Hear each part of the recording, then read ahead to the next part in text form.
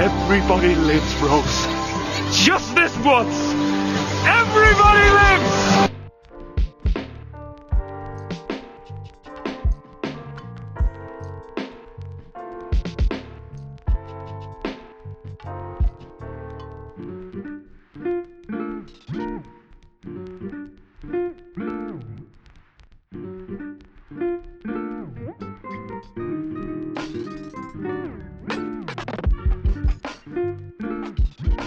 What was that? It was bad. It had nothing. No fire, no energy, no nothing. You know I have a shoulder right here, you know? And it must pop, pop, pop. So tomorrow from 5 to 7, will you please act like you have more than a 2-word vocabulary? It must be green, okay? Okay?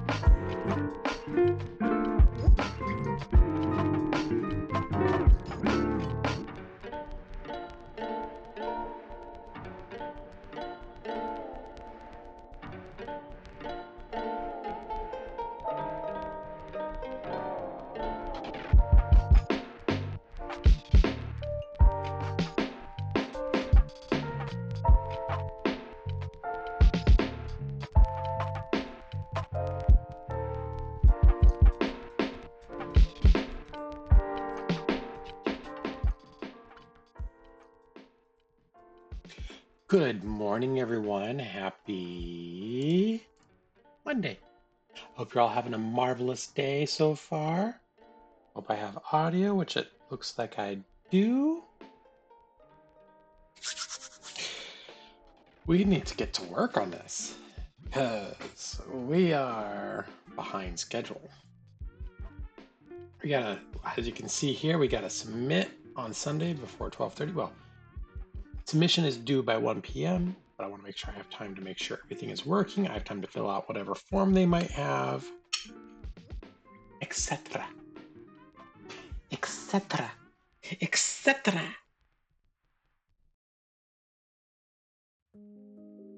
Also, I just remembered. I'm going to go out here real quick because there's something I want to grab. Because we're always talking about magic. It's magic. Is there a cat at the door? There is not a cat at the door. Okay. That's what I want.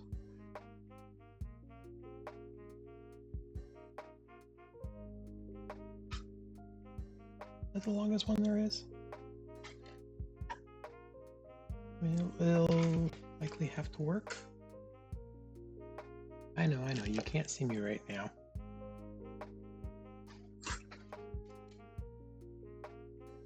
Good enough. Okay.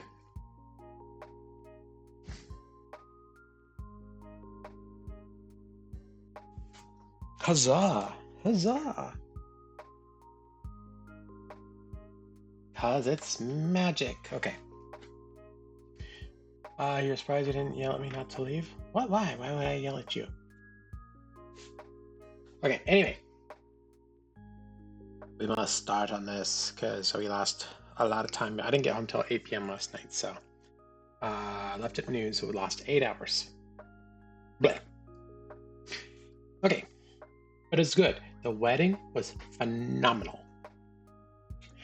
So, enemy movement is actually mostly done. I was able to get it cleaned up last night after I worked on this list. Let me show you what we have so far. I don't have lighting enabled. So, I mean, I kind of do. That's why I've got really, really white stuff and then full. If you notice, the enemies, they're not just moving around on their own. You guys, when I was done yesterday, they were just kind of going. But now it's based on the player movement. Look at that. But you'll notice something. The goblin and the spider still are not moving. Well, that's intentional. I made them so that any mob provided, or any mob that is set up, has a trigger that you can say only moves once it sees the player, basically.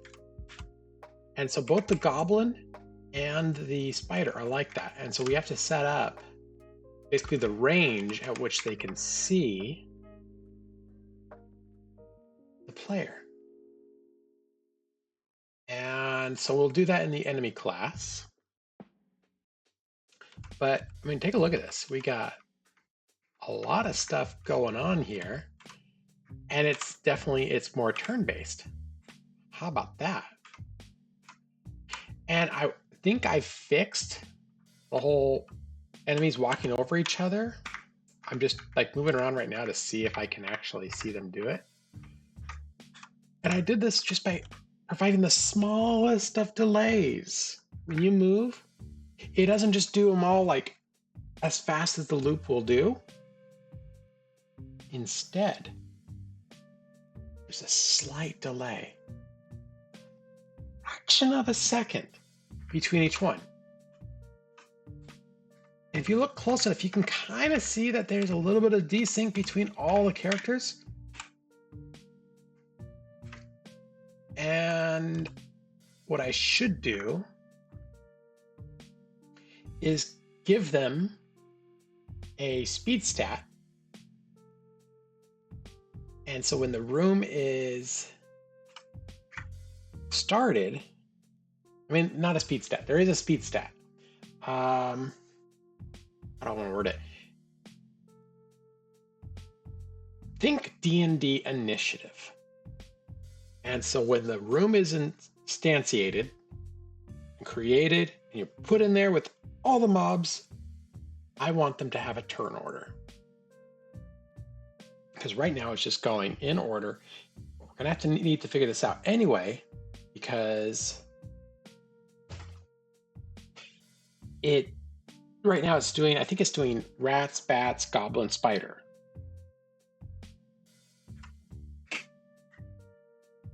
Let's take a look. Let's see what it's doing right now.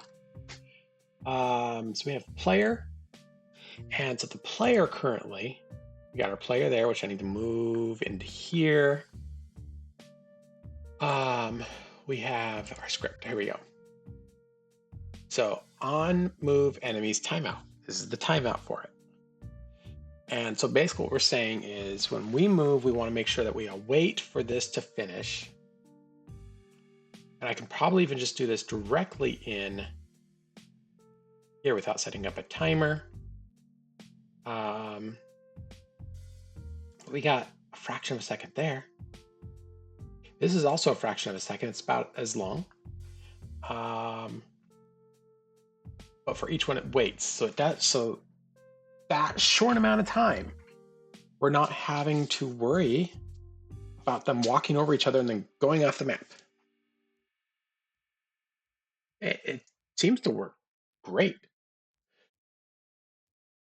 Now, additionally, I did add more to the enemy class.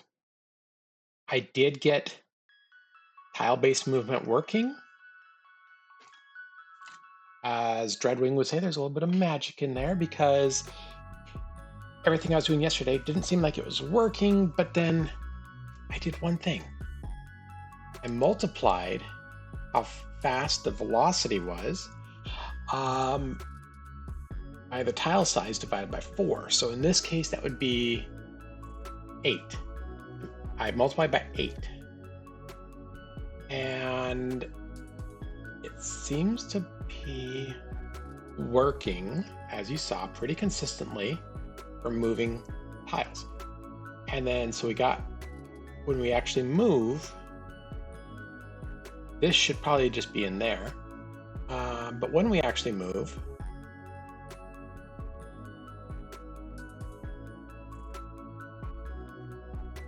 hang on, where is it?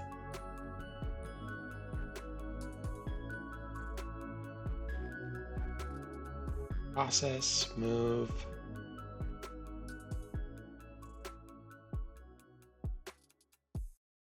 Where'd it go? I don't remember how I set this up. We have the move of the body. Oh, right. Player calls move then. I tell the enemies to move, and that's how we know what it is. That's right. But it doesn't actually do anything. It just tells the enemies to move. It's like, okay, hey, player did its thing. You do your thing. Ideally, we would want this on. We want to base this whole section off of a signal when the player moves. So we have, I don't know, on a timer, but we want it based on when the player moves. Which it kind of does right here. But this is checking every single round. We can do a lot better than that. We can put this, on, we can put this in its own thing on input. Eventually we want physics process to just be, we don't want it based on physics process. We want it based on signals or for performance sake. Not going to make a huge deal for this game.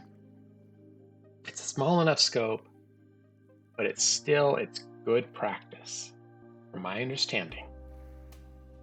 I'm sure someone out there in YouTube land, which reminds me,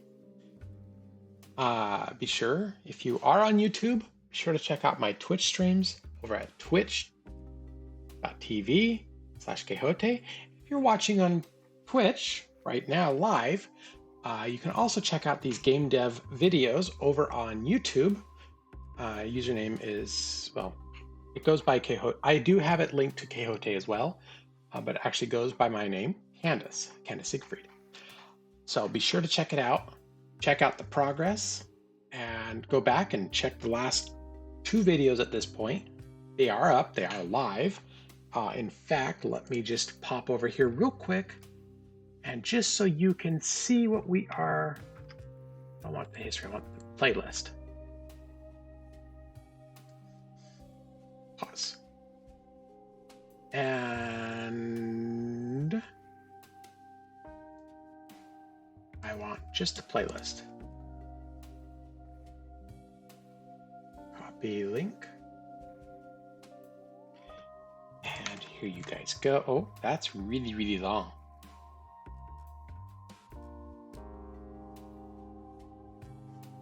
Hold on. Let me just make sure. Pause.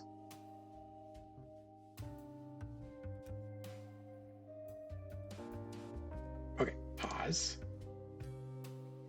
And we want this. Say, stop it.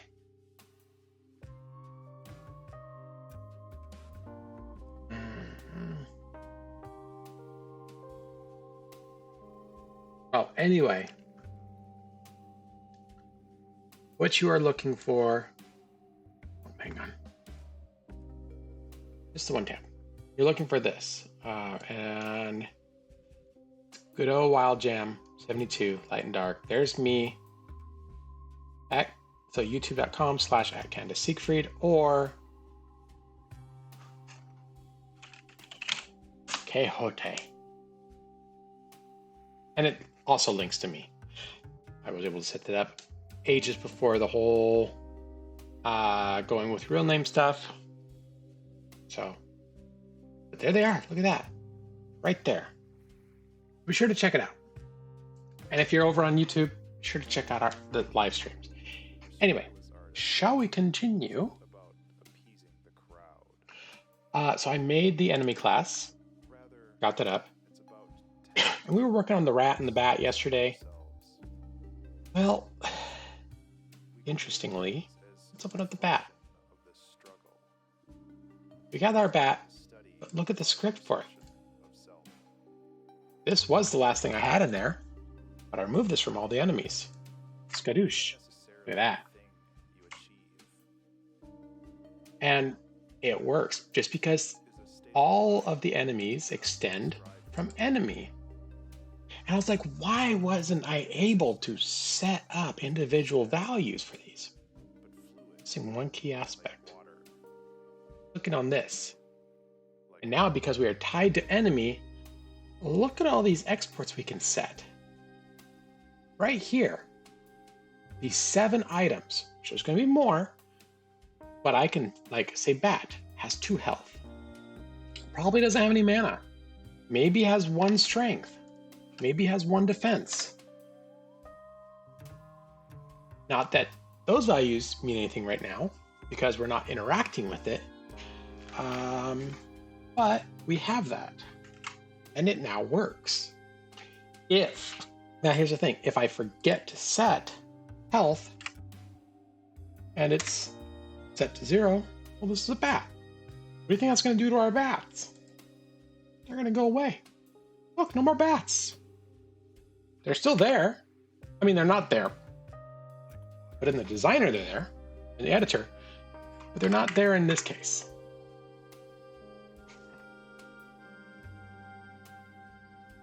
Let's go room and let's enable our canvas modulation because I got some lighting working, as you guys remember. So now this thing is totally turn-based. Awesomeness.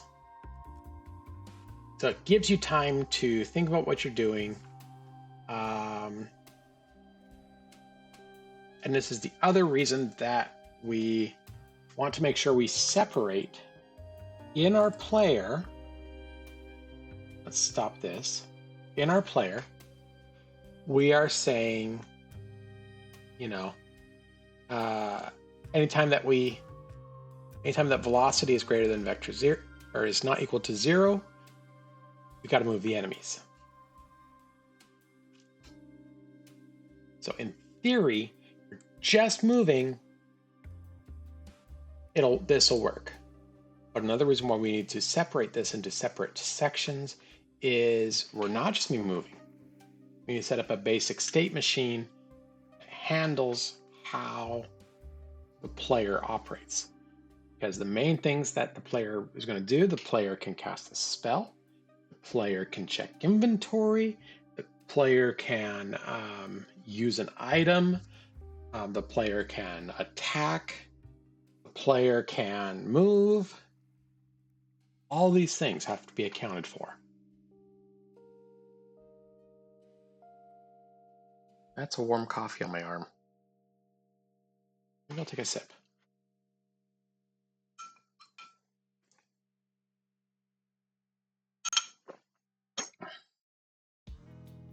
Let's see here. Move you over there.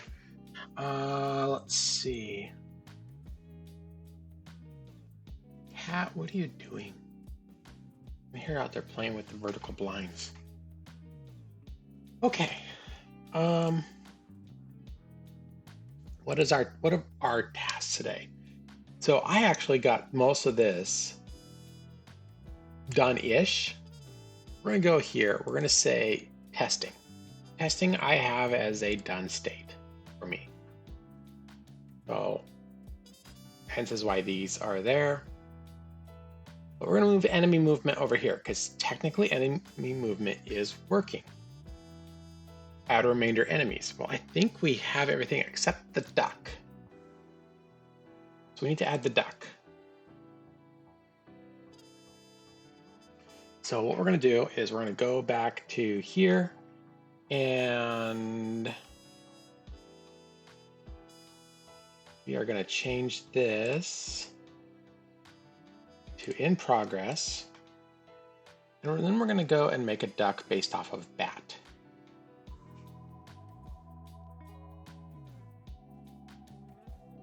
And we'll put it in duck. We're going to copy. We're going to rename duck. Rename duck. And then we're going to open this up in 2D. And we are going to change the sprite. Scroll down, edit region. And we want our duck. Close that.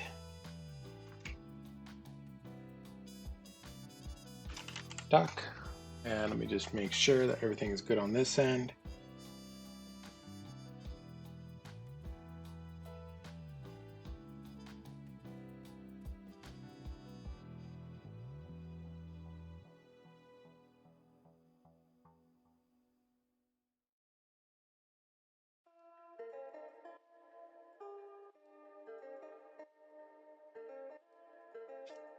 Okay. We have that. We don't need to worry about the collision shape. But now we just got to do the script. And we want duck script.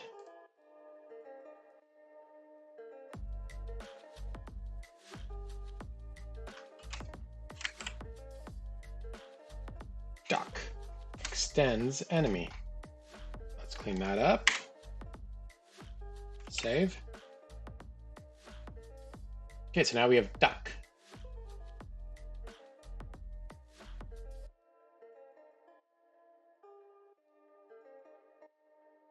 Probably could have even just had that as a node since enemy itself is based off this. I don't know if there's any disadvantage to not doing that. I don't think there's gonna be like a double inheritance thing. Now we want our duck. We base it off of, or we made a copy of bat, so that's why this and this are good. But duck, we're gonna say has 100 health, maybe 50 mana, maybe a 20 strength and a 20 defense. Start off with.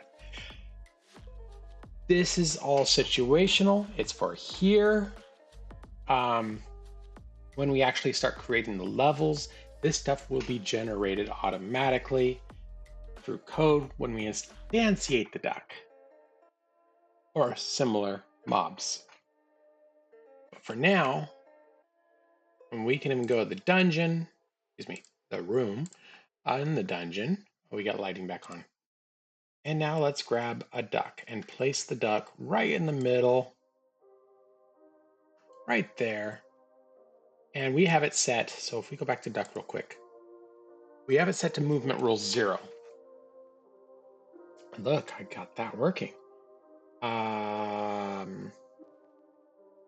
do want to clean that just slightly. Let's go to script, let's go to enemy, and can I just do this maybe?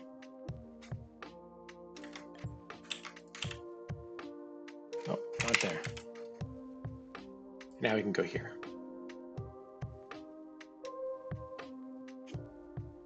How do we do new lines on that? Let's see.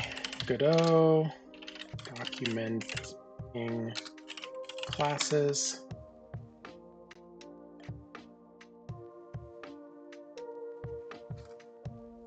Class reference primer.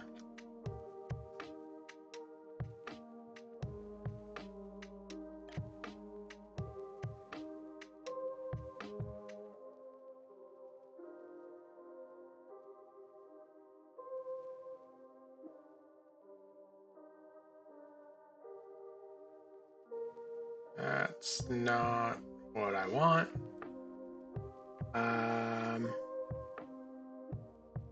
Documentation comments. There we go.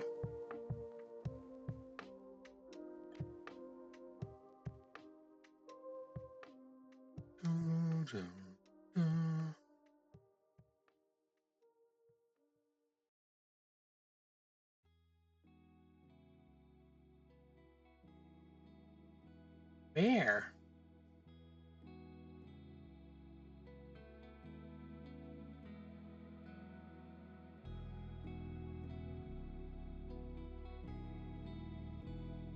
Oh, I can do that? Okay. So I should be able to do this maybe?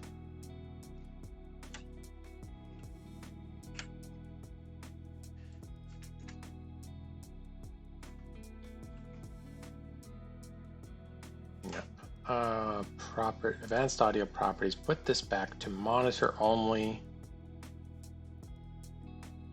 Close.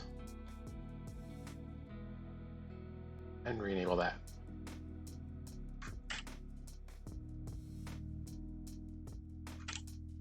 Save. Go back to duck. Back to 2D. There we go. So, movement rules that we have set up. 0 wanders. 1 is stationary until see player. And probably, let's go ahead and add in another one real quick. Let's add in enemy 3.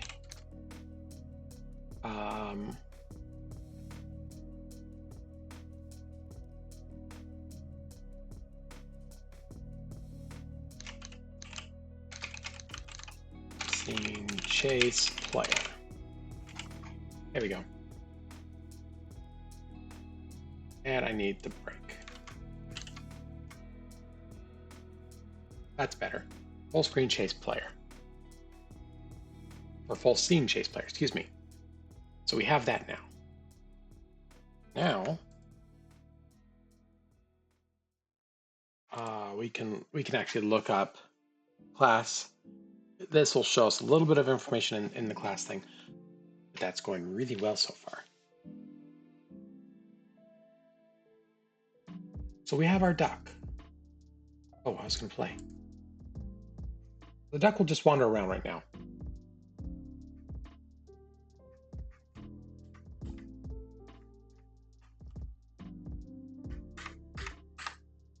And right now the duck has 100 hit points and other stats.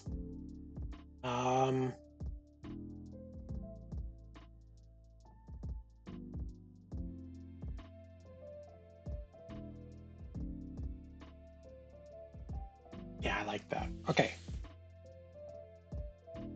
So now we need some objects in the world. We need to set up a class for them. Maybe we'll set up objects as area 2Ds.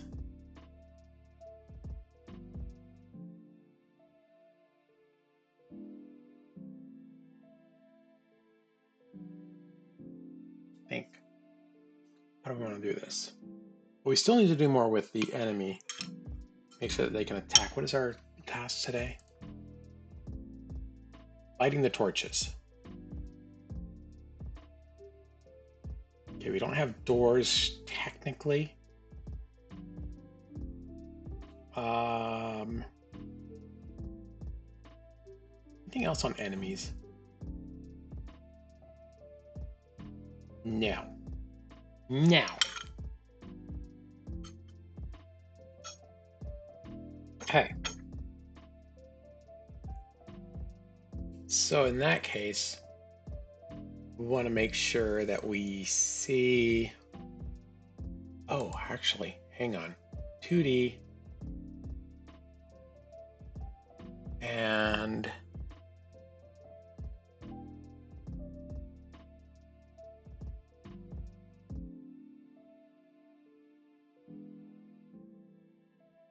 I don't think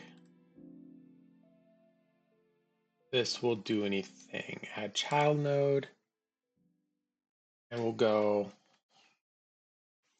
we'll just do a color rect real quick because I just want to test something. I want to make sure. Okay. Good. I didn't think it would, but I had to make sure. And save that and put that out there.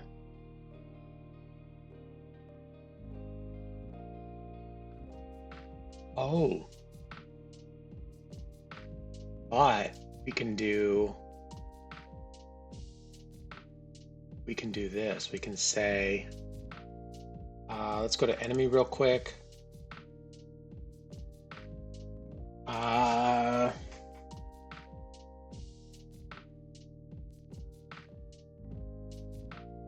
Let's copy this and we'll go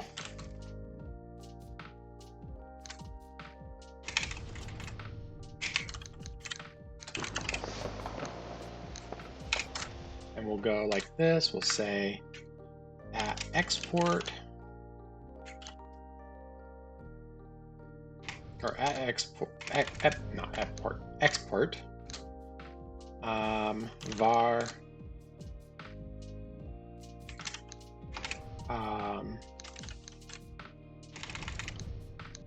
enemy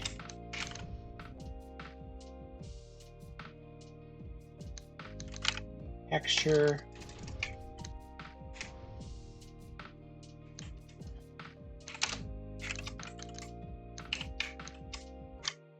vaccine and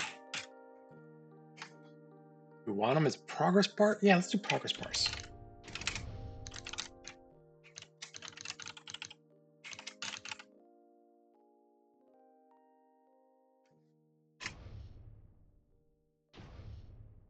And this one will be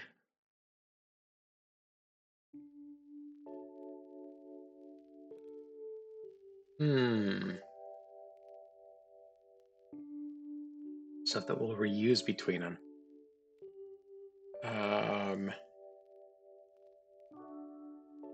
How many spells did I give them? Or abilities? So that will link to something else. That will link to different abilities. So if I go back to OneNote doc here, to give you an idea, I'm working with this as notes. And it looks like they all have up to 2 attack types. It looks like up to 4 abilities.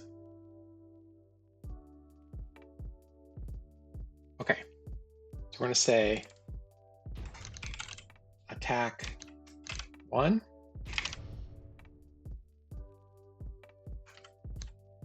attack 2, and then ability 1, ability 2, ability 3, ability 4. So we'll go 2, copy that, paste, paste, paste, We go 1, 2, 3, 4. And there we go. Although this one will be texture.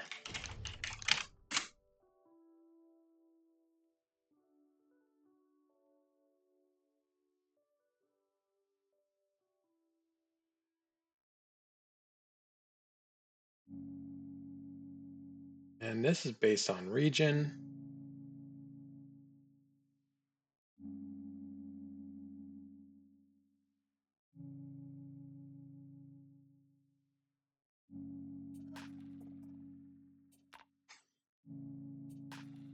Okay. Basic, let's see.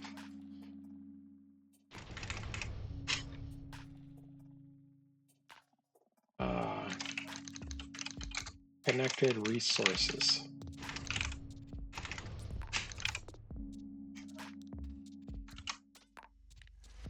And so now we can say we add in pack scenes and stuff like that.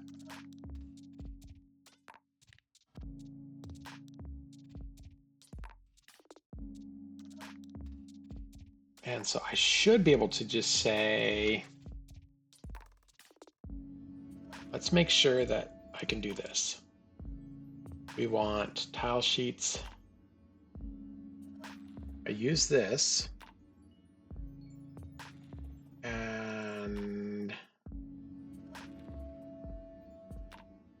resource. You're not going to let me change that. How do we do it?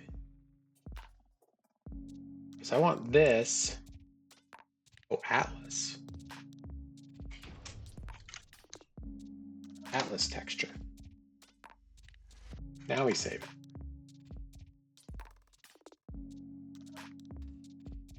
And so now we can go like this. We can say, oh. New Atlas texture. Atlas region.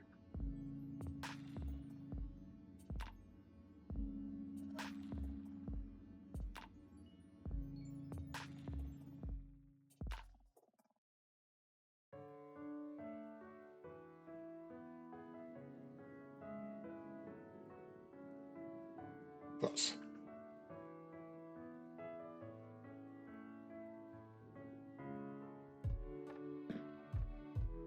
Okay.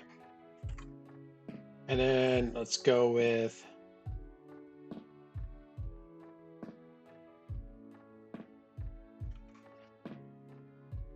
we haven't need to do it ready.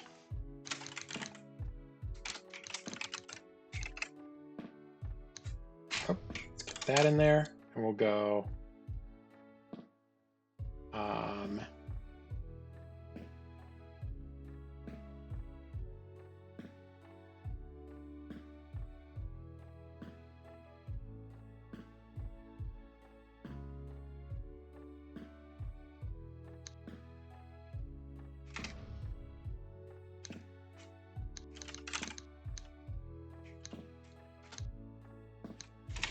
dot texture equals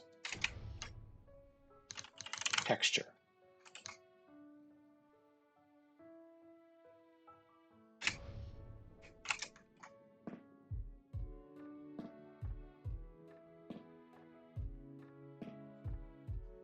And if I do this, oh, hang on. That should still, oh no. Okay.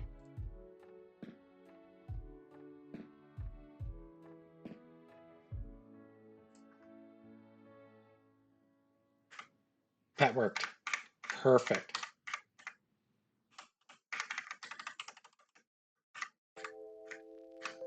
Everything else is blacked out, but now we can actually assign textures to it.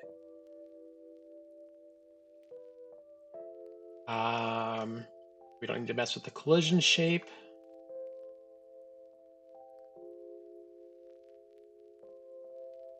But I like that, that works. And we will go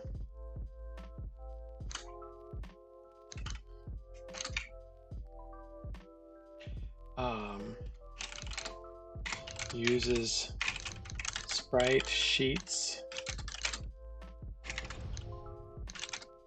half lurking while you motivate to work on your project. You're doing project 2?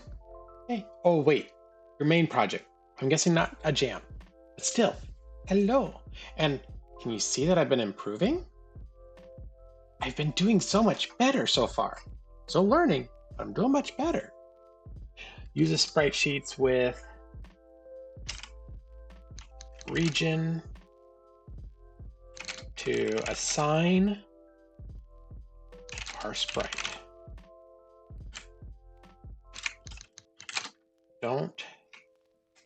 Do not.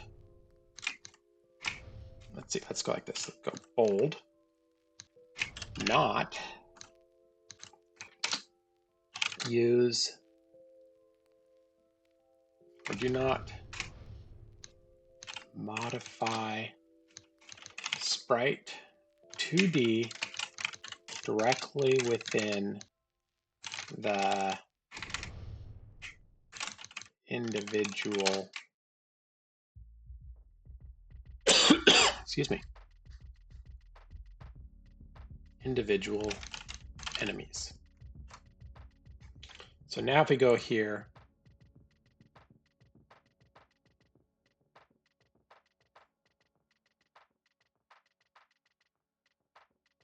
there we go, just like that.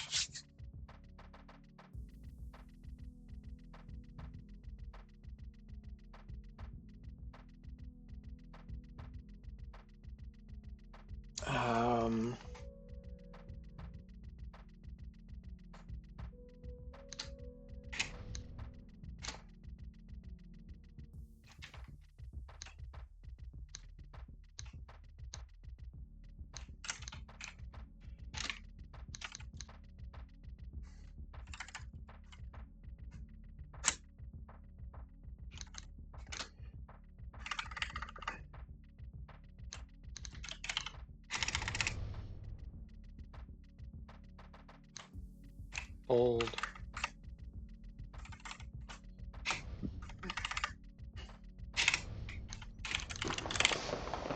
Remember,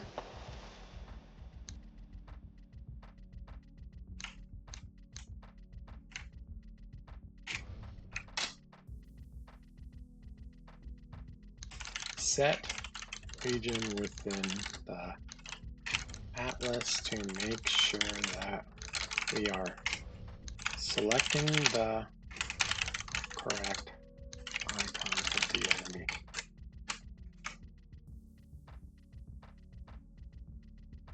Perfect. I like that. That works well.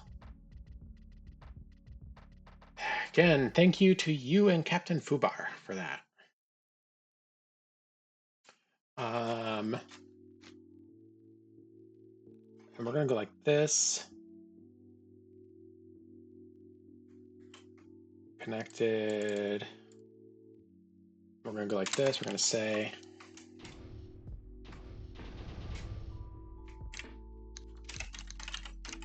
connected attacks and abilities. Can't type today.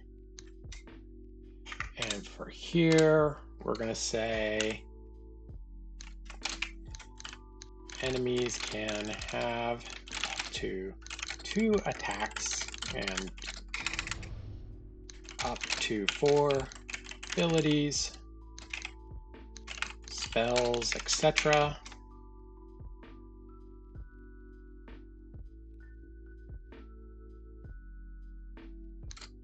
at their disposal. Oh yeah. I use those as well.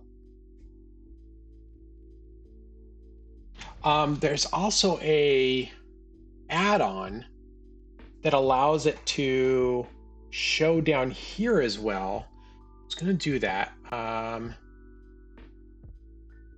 Thank you for reminding me. Colored notes. notes.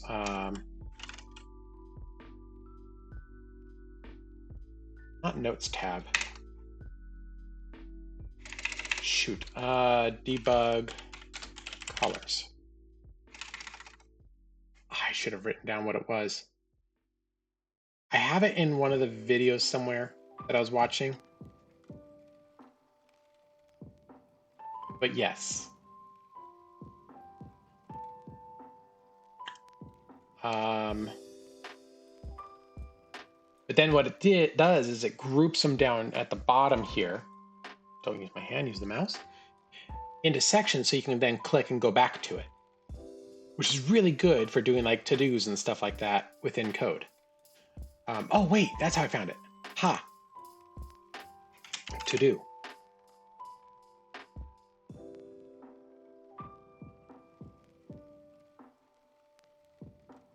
Got it. Is it this one? No. This one? This one.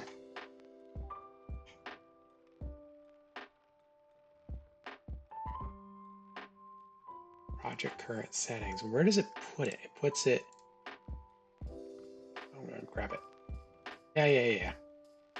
Oh. Okay.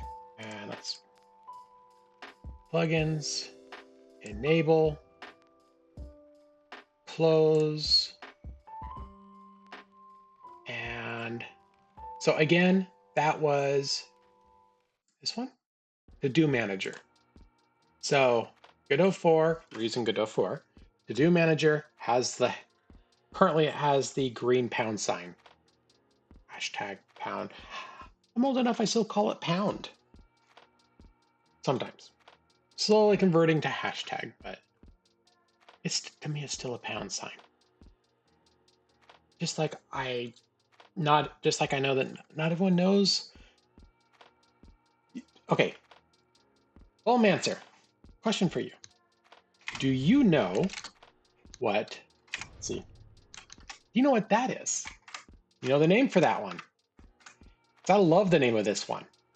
You're on 4.3? Oh, nice. Yeah, and I still remember using the pound sign for actual pounds when measuring stuff. Yes? No coalescing? I mean more the grammatical term. Sorry, I should have emphasized that. Not for programming, but in literary works.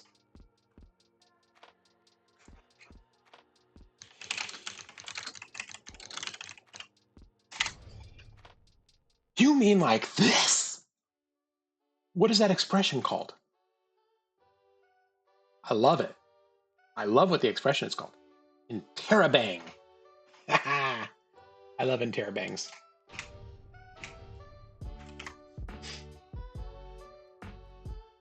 No coalescing though. I'm not familiar in using it in a programming sense.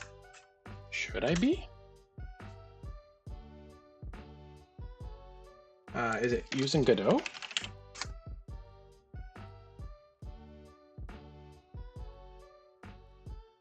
Ooh. Guess I should be probably. Octothrope? Too old to call it hashtag? I don't think I've ever heard it called an octothrope, but that's cool. Sounds like it. Oh, I can see why they call it that though, because it has 8 extensions. Interesting. You learn something new every day. Anyway, so now we have this.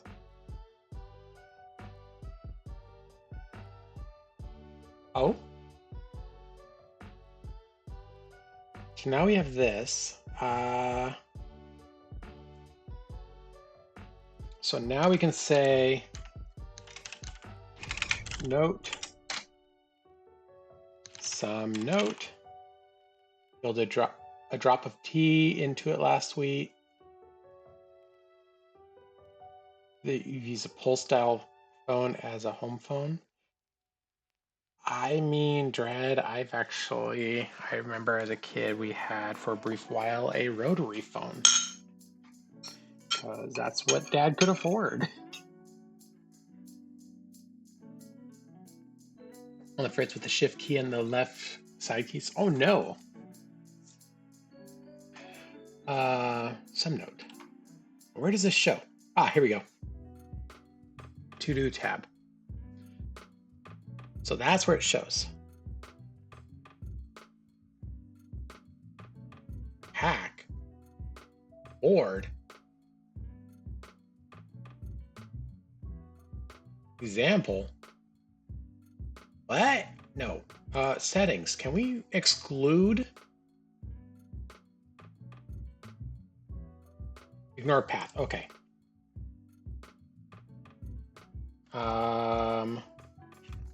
Add-ons.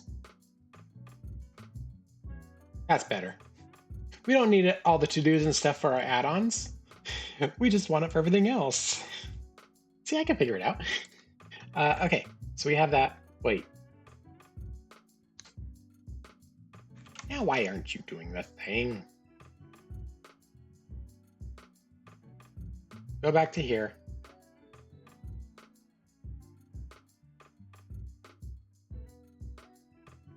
Why are you broken? Needs a space, or doesn't need a space.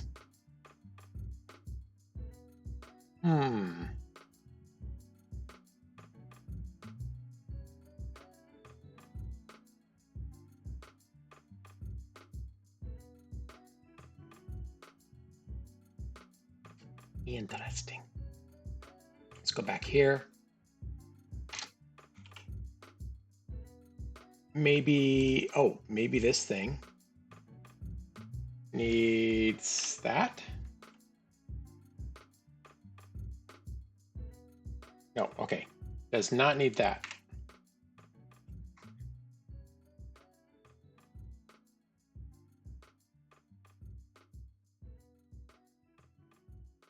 Oh, it only has these to begin with.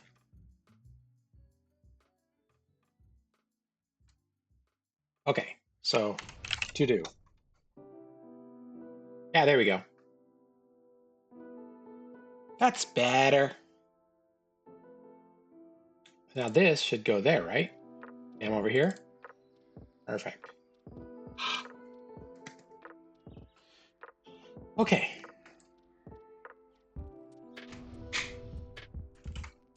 We'll do that for now. I am gonna like that. What do we got here? Unused parameter, progress bar, that's fine.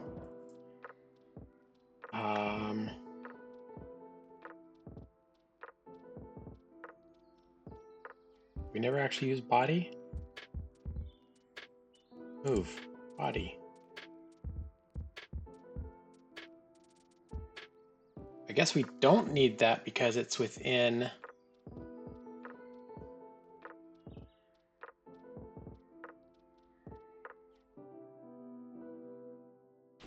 Yeah, we don't need that.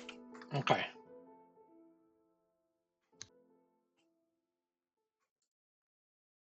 What?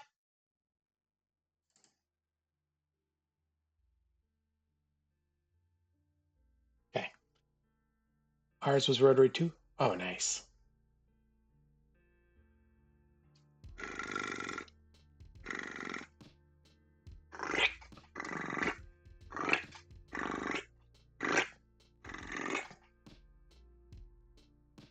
Nixie's looking at me like, what sound are you making? Oh, I don't remember what our first modem was. I think it was a 14.4 baud. A family friend of ours actually had created his own basically BBS, if I remember correctly, called ArtLink.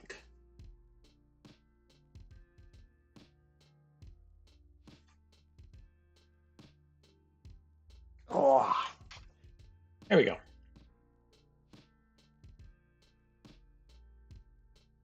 Oh, and we didn't even get our first computer until, oh, I think I was 11. They were just so expensive. I mean, they're still so expensive, but they were so expensive. Our first computer at home was a Macintosh Quadra 840 AV. And it originally had 256 colors. But those were great because those had, what, 68 pin? 68 pin or 72 pin. I don't remember which. It might have even been less than that. But memory cards that you can add into it to increase the colors. And we got up to, I think, thousands of colors on that computer.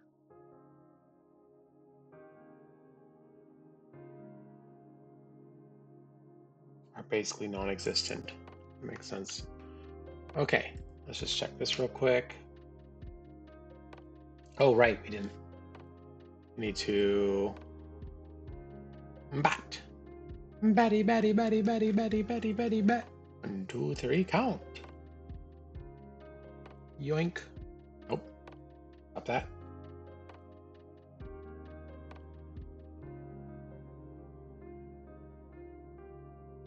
New Atlas texture. And that. Bat. Bat. Which now should give us bats. I.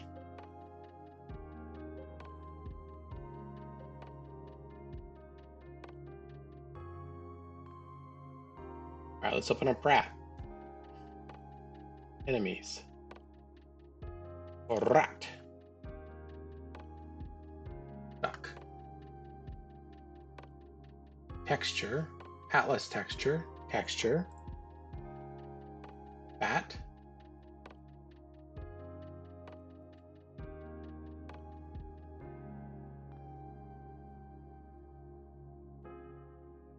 Which means you need to go bye-bye.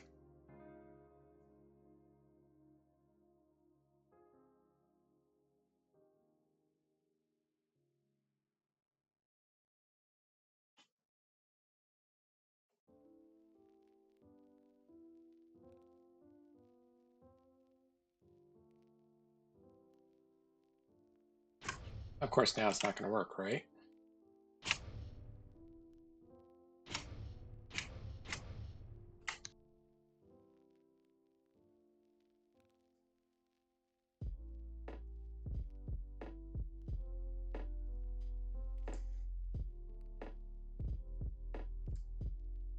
Yeah, that's empty.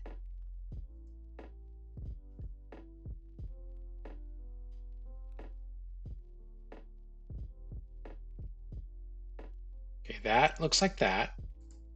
This looks like that. Those style of things are as they should be. So why? Come on. You're doing the weird magic on me again.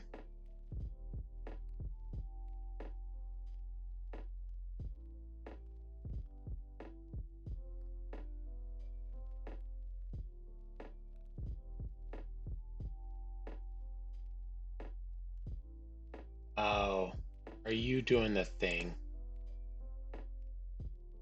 Oh, please don't be doing the thing.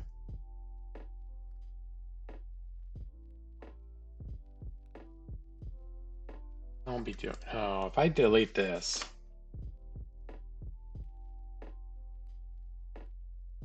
No? Okay. Just making sure. Because you never tend to know.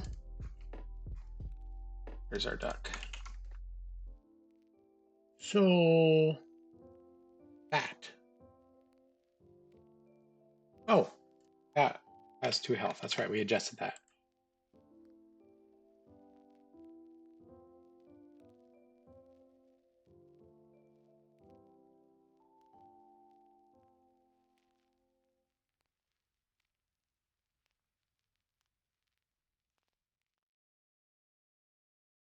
Duck.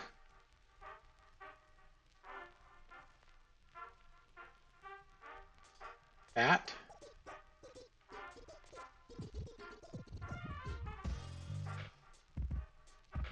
should be working.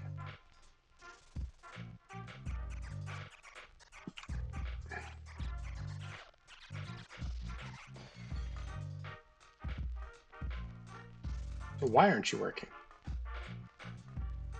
Well, there it goes. I just had to save it first, I guess. I thought it was saving. From my understanding, he did. And they've already done, I guess they've already been working on it a little bit.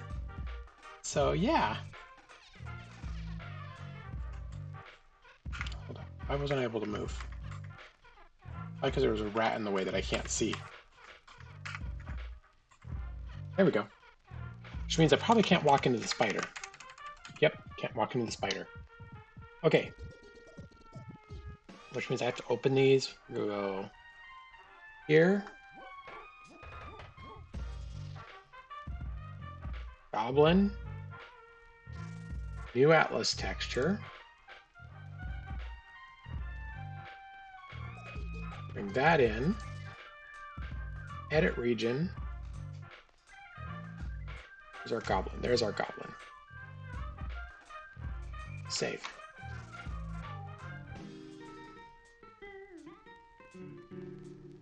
Hello? Close.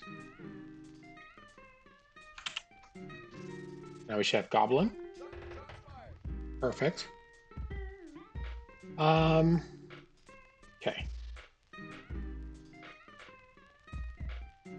We need spider. And we need rat. Yes. New Atlas texture. New Atlas texture. Open Atlas. That. Spider. Atlas. That. Rat. Edit. Rat. Close. Spider. Edit. Spider.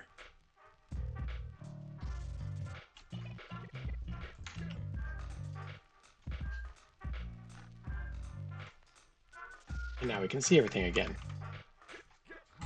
Wonderful.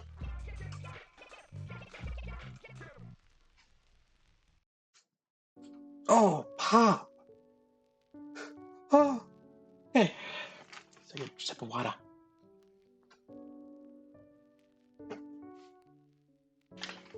All right.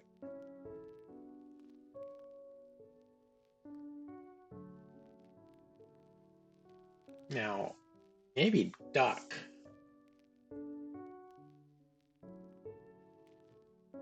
Put a duck real quick. I want to play with something.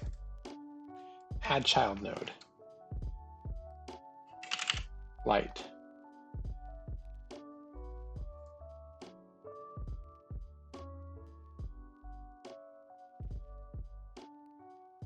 Texture, yes.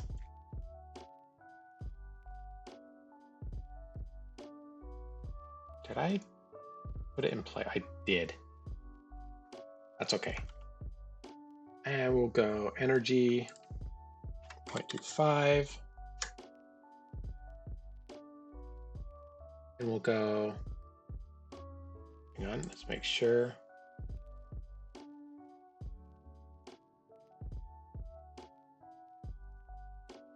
Based off that, size 0.25. Now let's go to room to re-enable this and give it, take a look.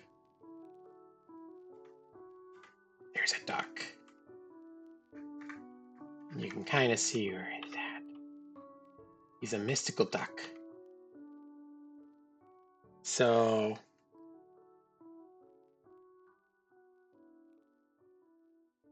maybe we need to create a light scene as an asset for these so we can,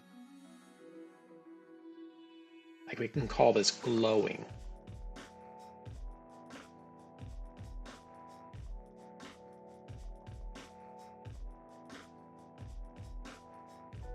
Yeah, I like that idea. All right, so let's go back to our duck. And we this glowing. And we will say branches scene, assets. Have lighting already? Nope. Lighting, glowing, scene. And now let's delete that.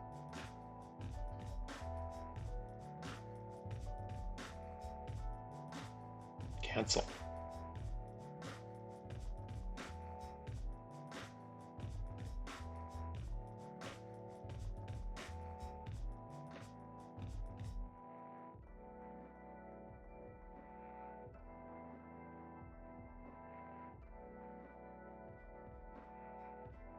That might not be what I want to do for glowing.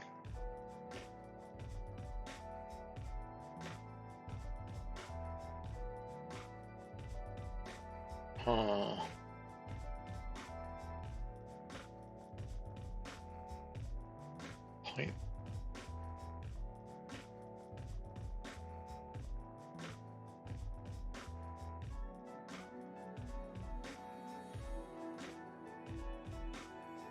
I want to do it from script for enemy.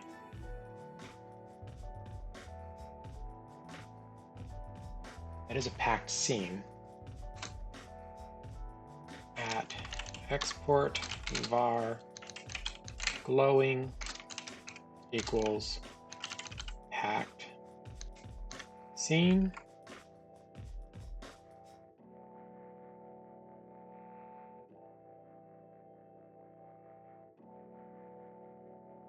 I'm going to try removing that. Okay. Lighting. Duck. We'll say glowing. Probably not going to work as I want it to. Nope.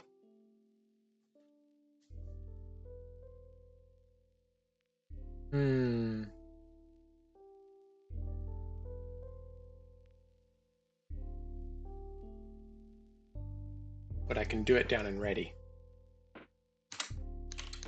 If glowing not null,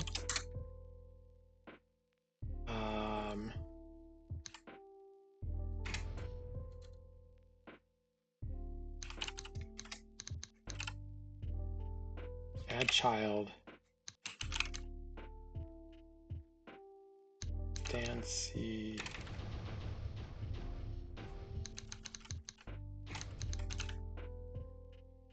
instantiate.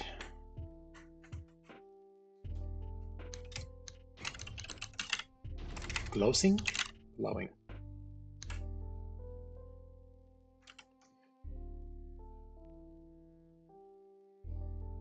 That's not what I needed.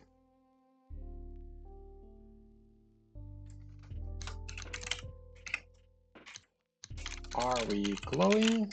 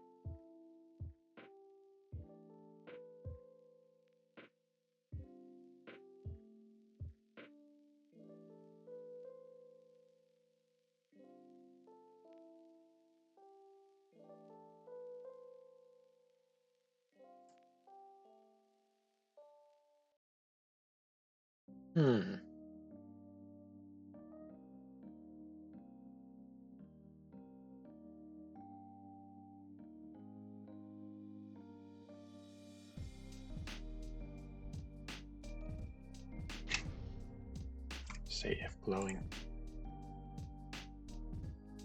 Nope. Debugger 13.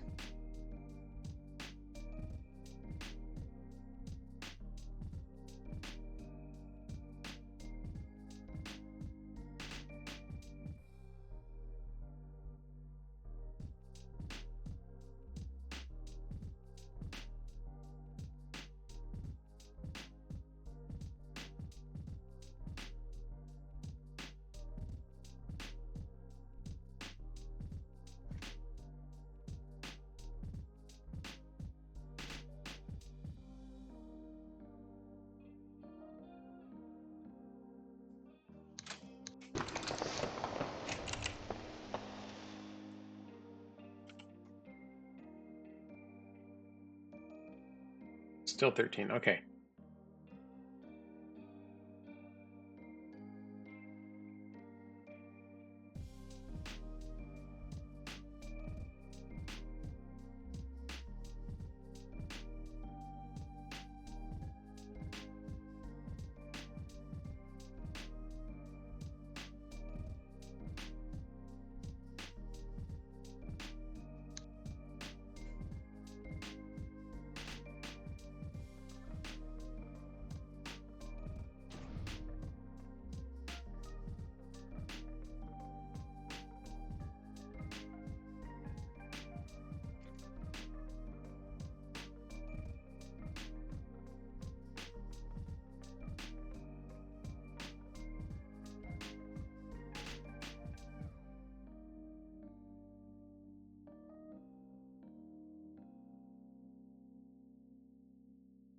I was doing it relative to that. Okay, how do we... It's relative to that.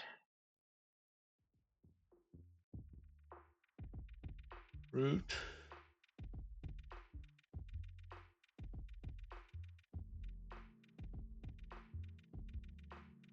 We got root. Why aren't you working? We have duck. We're saying we want it tied to that glowing. Assets lighting glowing.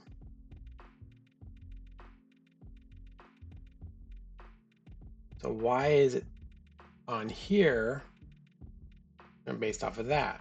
You don't want it relative to that.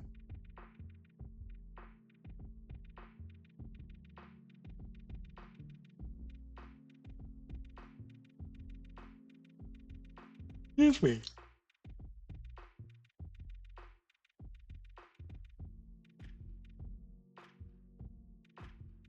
Oh. You gotta be kidding me. Try that again.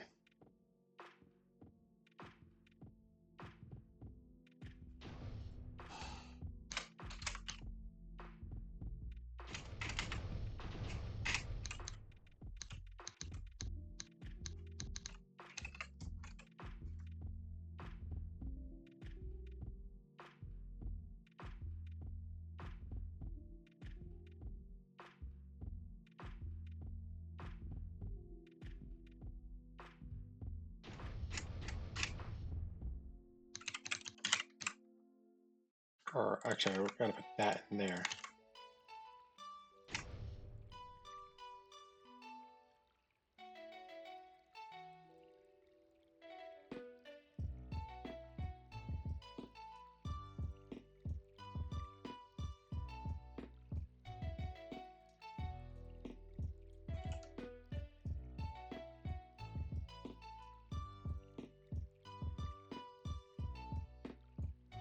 Put a packed scene.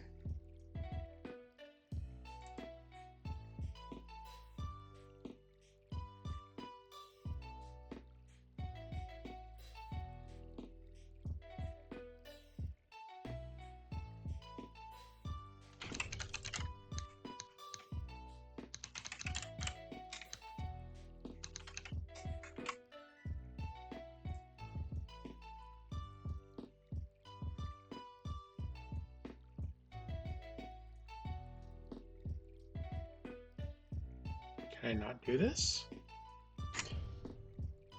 I should be able to do this, right? Would think. I'm setting that. The pack scene. And we're saying if it's not null, we want it to.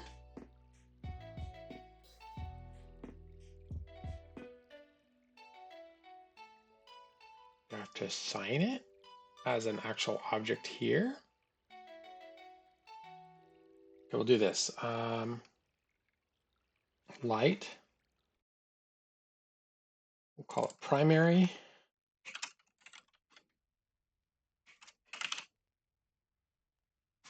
Primary light.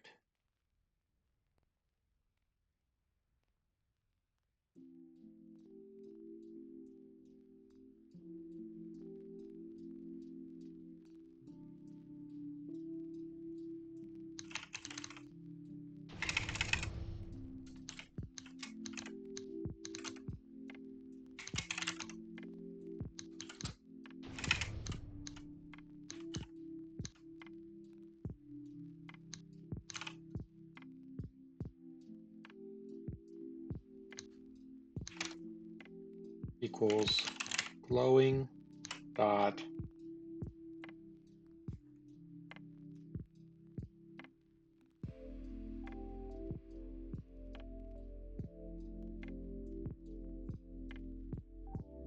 hold up. Okay.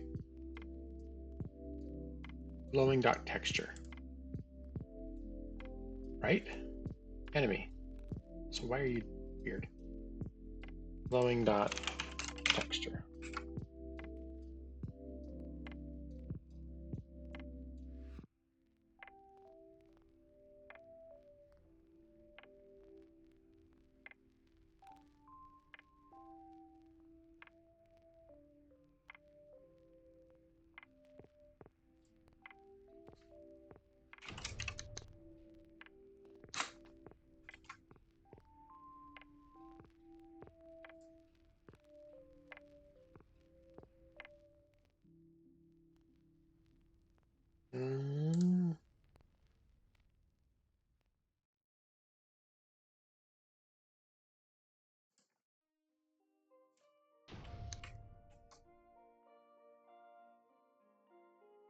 Glowing. We go to enemy. Why?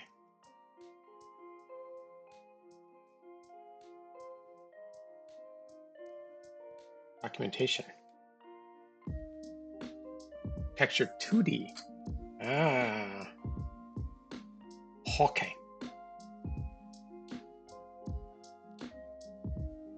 Texture 2D. 2D.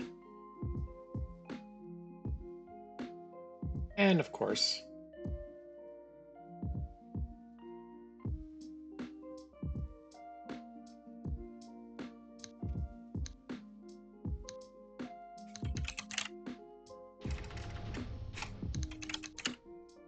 are you caps? Yes, you are.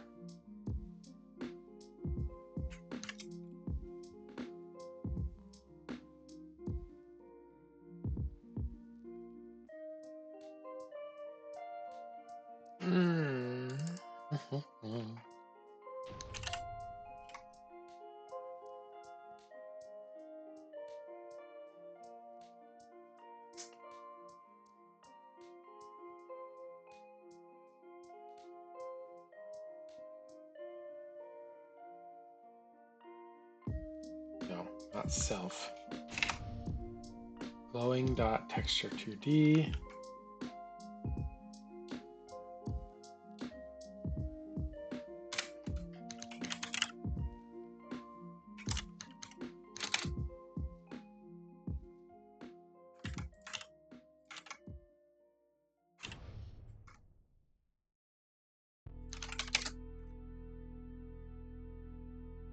Refresh. Still going to break there, but at least now I can see null. Why you null?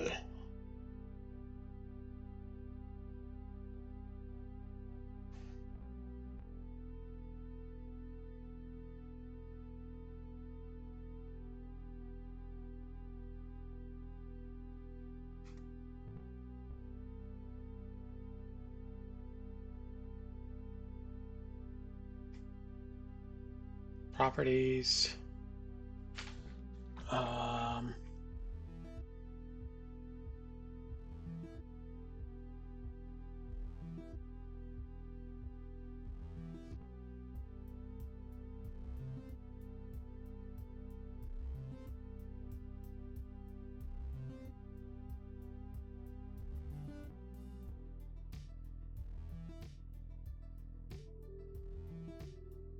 Body owner node scene hack scene.new.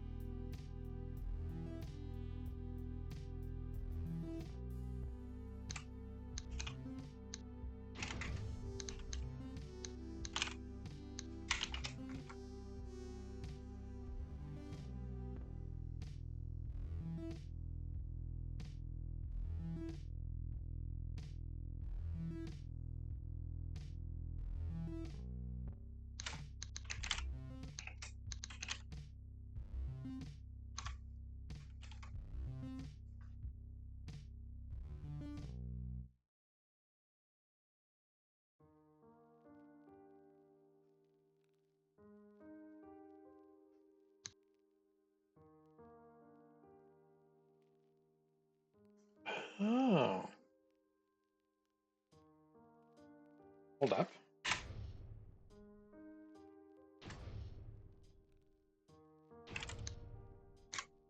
Instantiate, add child.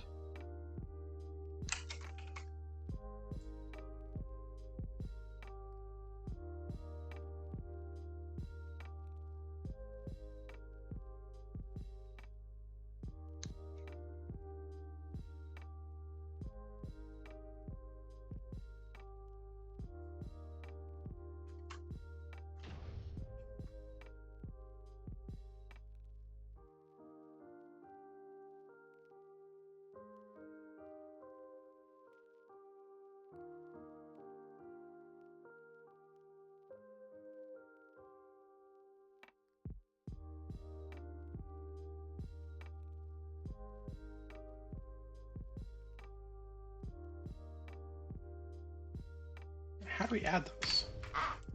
How do I do this? What if I just do this?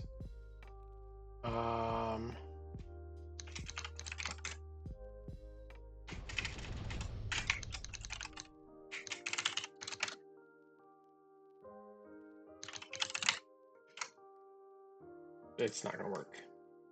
I didn't think it would.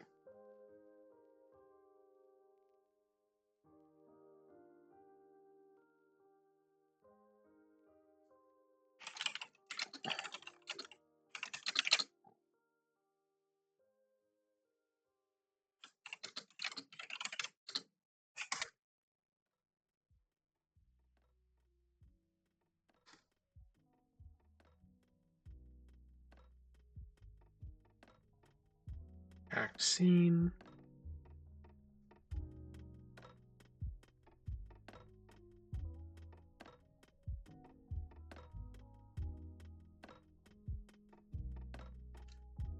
Not what I want.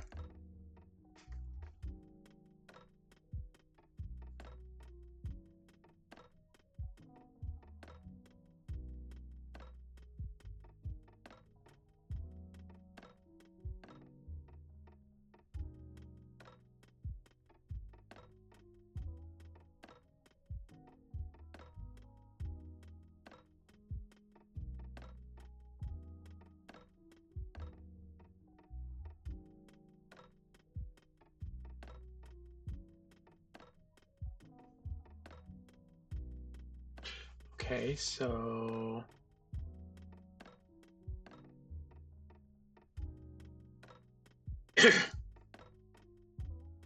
extends the export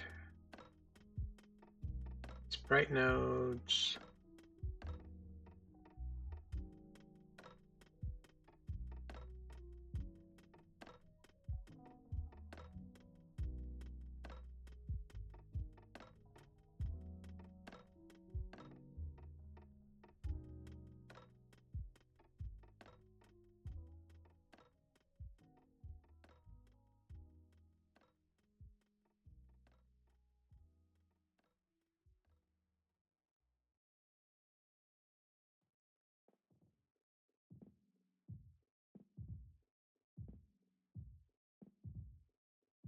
Huh?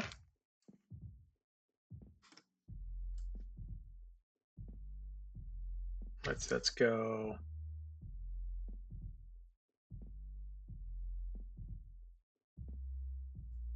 Script. How are they doing this? Very bright. Is there a dark? Not. Okay. It's very bright.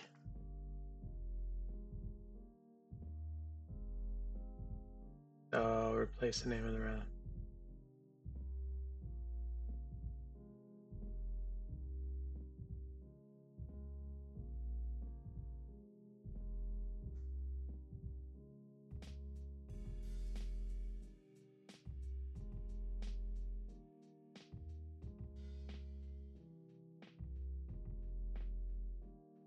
I don't understand what they're trying to do here.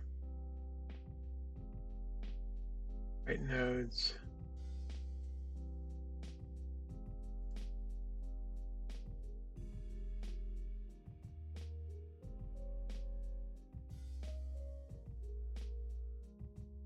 owner get tree.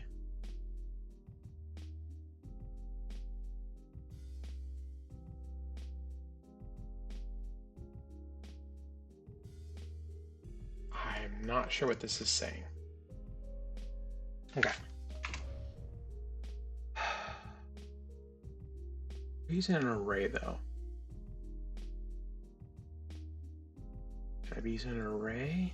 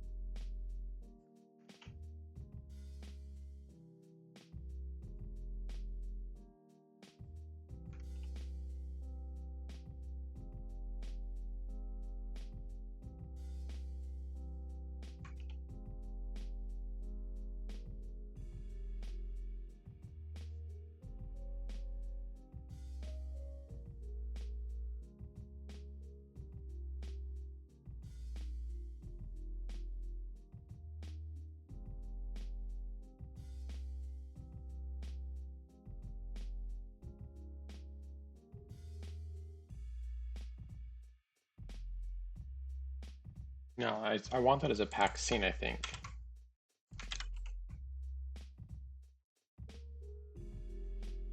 And we'll go like this, we'll go like that. Pack scene array, nodes count.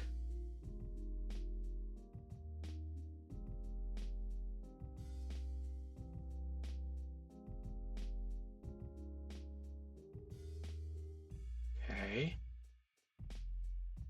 So sprite nodes array.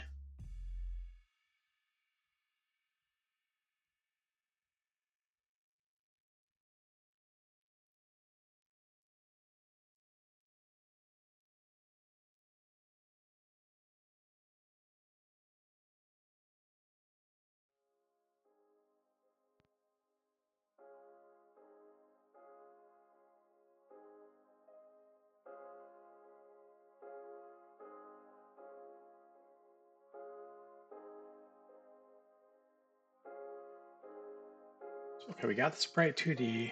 We got that started, and then we say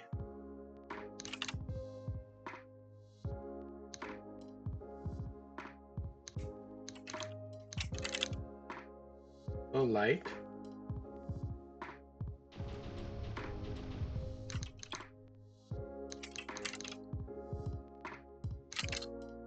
equals cloning.new.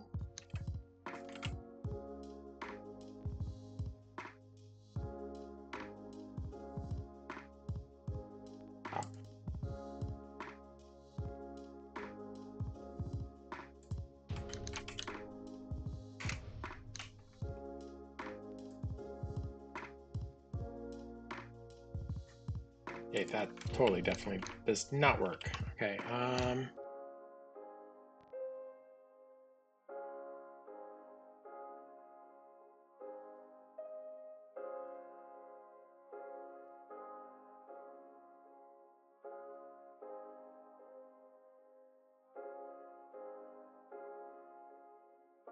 this is not what I'm looking for.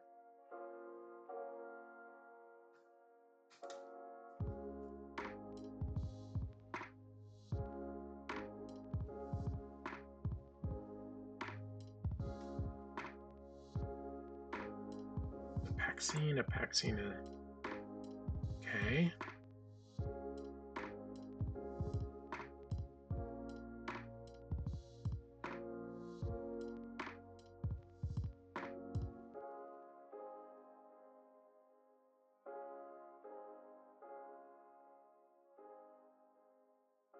Default.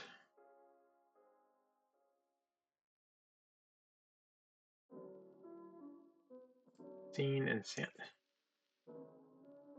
But it's not letting me do that. Var node equals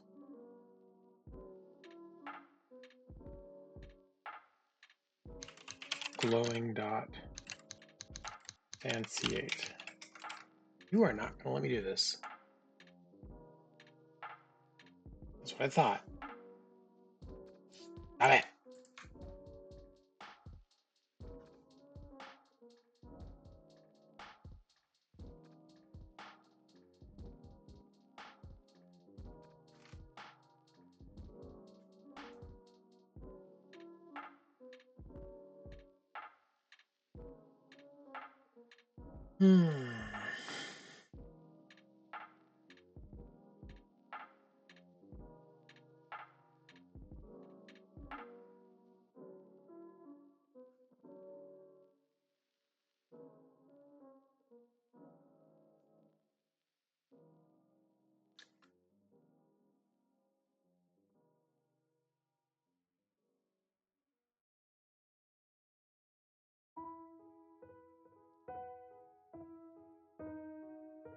Is not what I want either.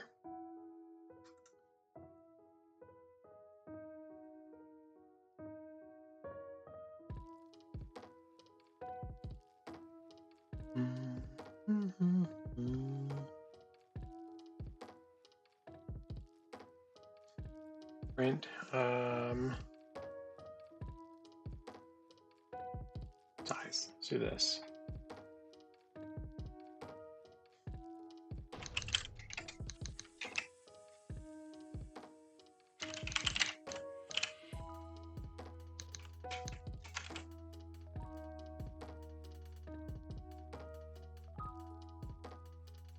Stop.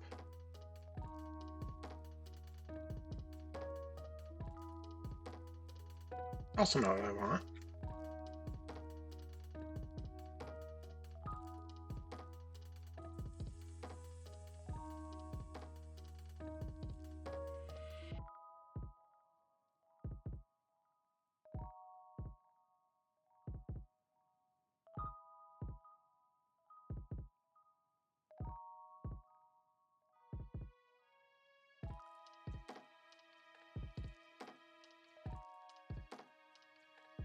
Why? Why does this not work?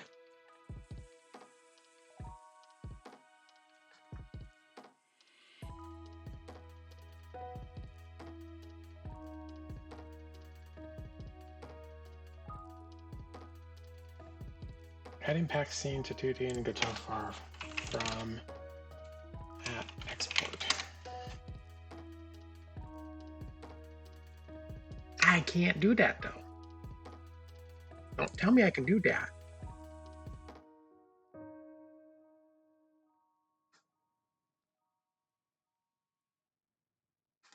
Yeah, I'm gonna put you as a reference. Hello, guys. Oh god, that's loud.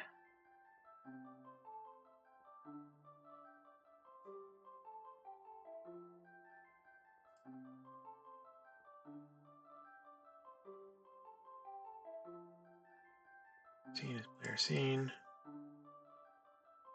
Player scene dot instantia. It's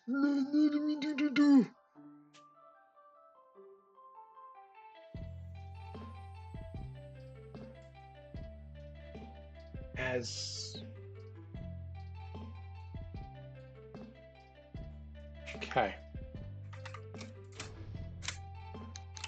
Glowing dot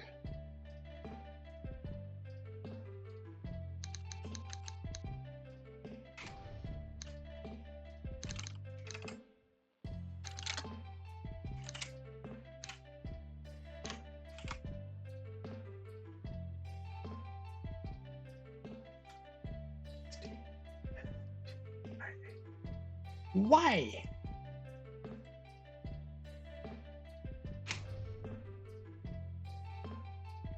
Oh wait. Bar glow node.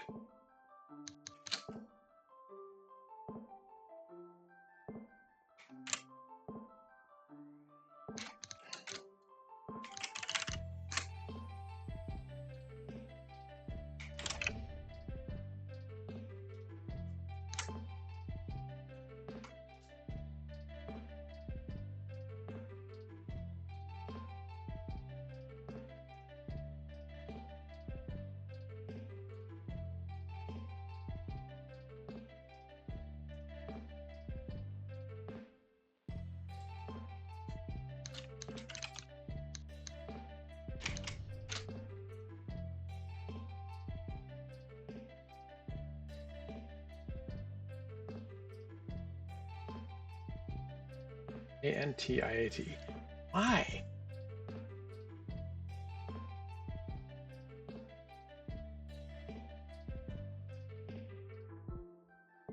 I'm trying to make an instance. Holy frick. What do you think I'm trying to do?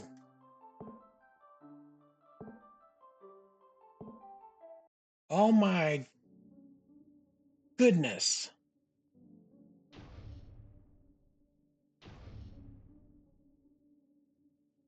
Can I call non-static function instantiate on class pack-scene directly? Make an instance instead.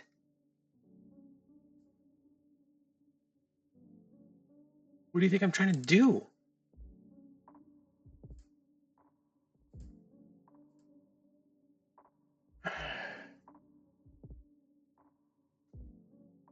What the freak? Why?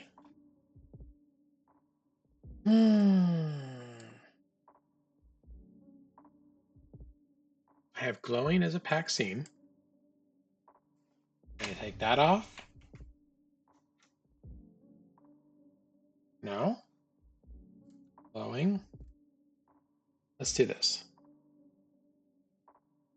No, I can't do that.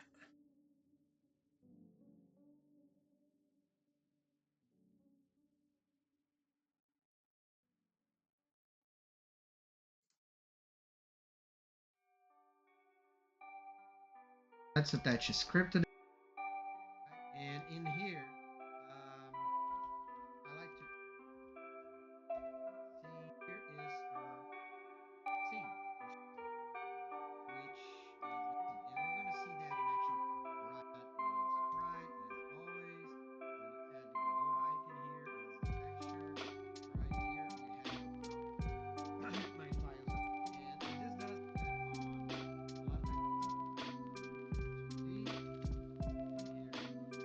I don't understand why it's not working. This is driving me bonkers.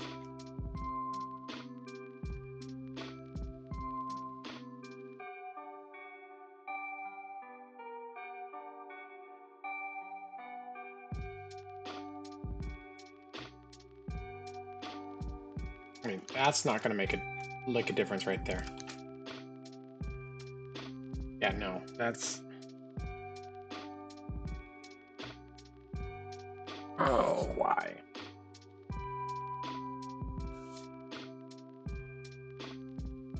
Okay. Change type.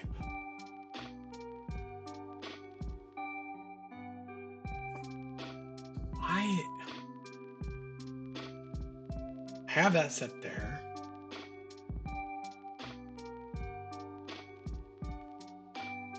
And so here we have it set to the glowing scene. Like, just to make sure. Let's make sure our glowing scene is in there. Save. Enemy. Cannot call non-static function instantiate on the pack scene directly. Make an instance. I'm trying to make an instance.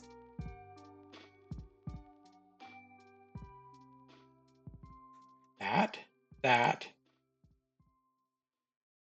Oh my gosh, what is this doing? What's up?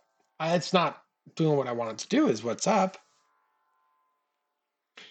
I'm even looking at a video tutorial and it's using the same verbiage. And his works. Why is mine not working? This is for Godot 4. Oh my goodness. Okay.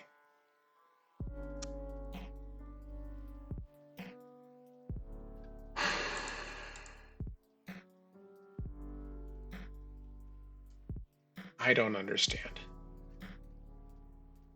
So you look here, this individual is using the same style of thing, using a pack scene, and then is able to instantiate it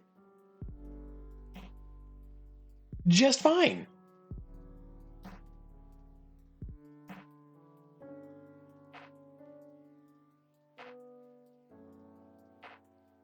So why?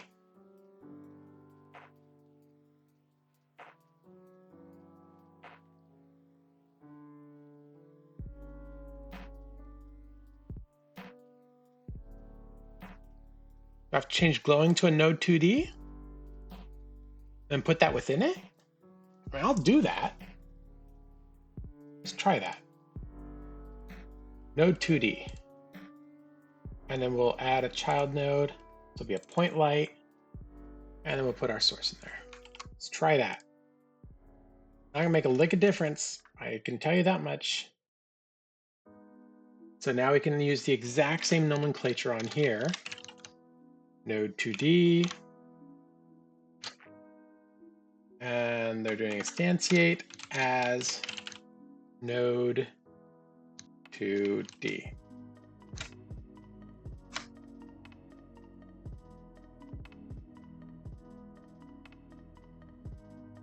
Side-by-side comparison. Here we go. Our top down. Var, name, colon, node 2D equals pack scene name, instantiate as node 2D.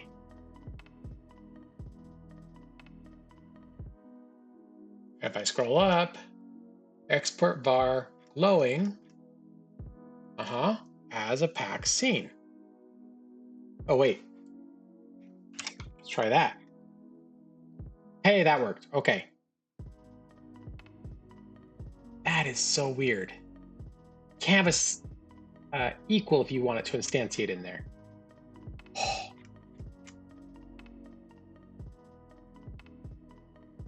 Okay, so now can I just go like this? Can I just do this all single? Add child as, let's do this and go like that. Save. These work? No. But this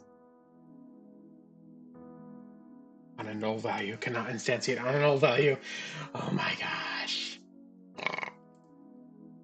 Oh, wait, duck. Duck, glowing.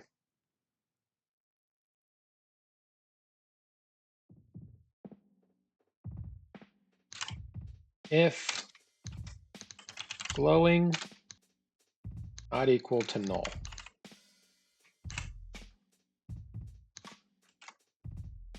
Refresh. Okay, that kind of worked.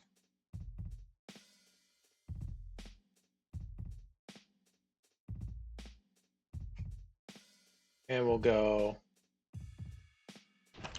add child, do this.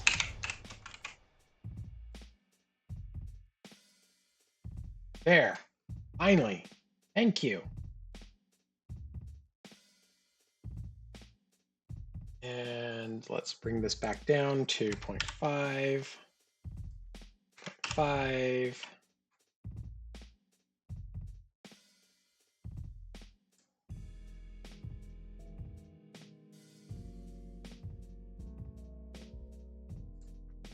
Two 0.25.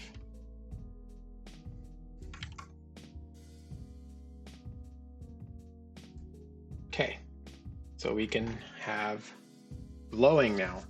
Wonderful.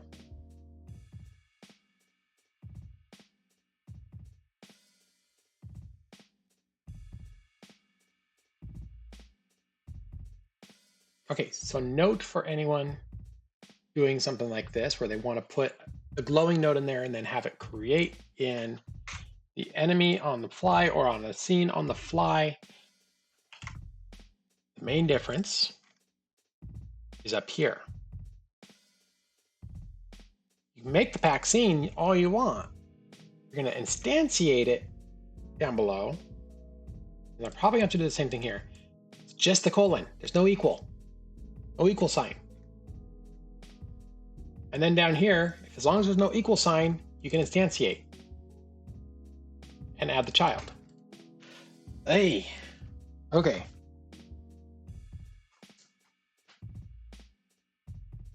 Oh my goodness, let's see, that is at hour 48. Let me make a note of that. Let me scroll down, thank you. 1 hour 47.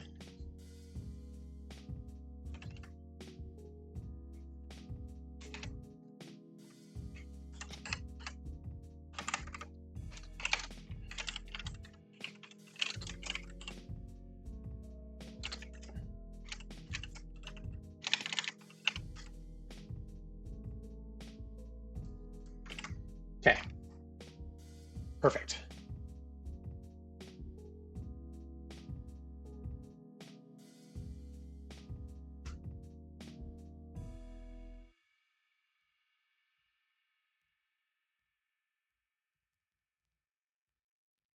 I should do this though.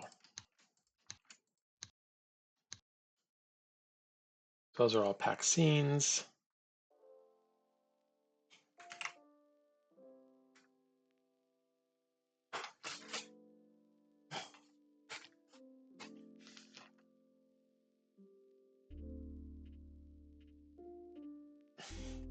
Yeah, I'll do this. Glowing equals, I know I need the bar in there.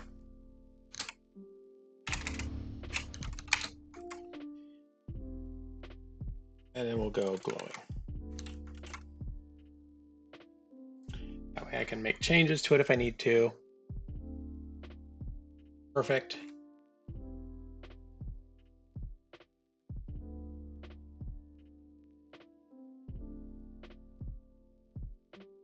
And I want to say glowing dot light. Wait, what? Point light 2D.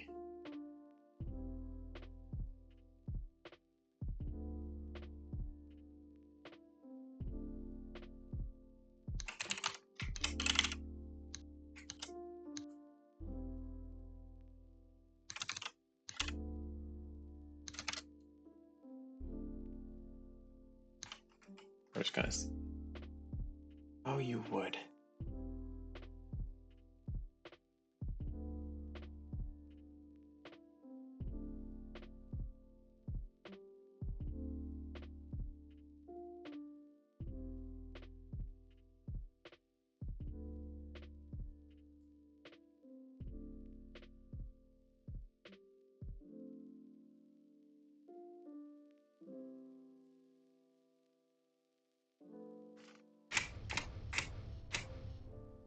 Probably need to have a setter for that, huh?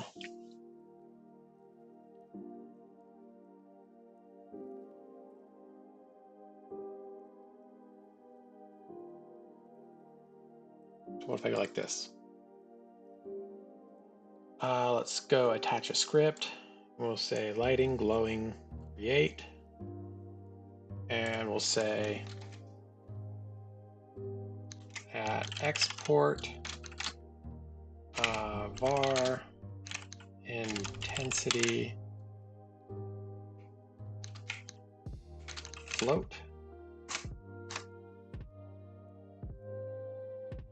at export var range float. And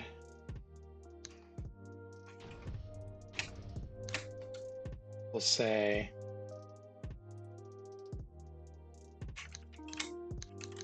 point light 2D dot what? Extra scale equals intensity. And then we'll say point light dot energy equals, oh, this one's intensity. And this one is range. So now if I go over to enemy,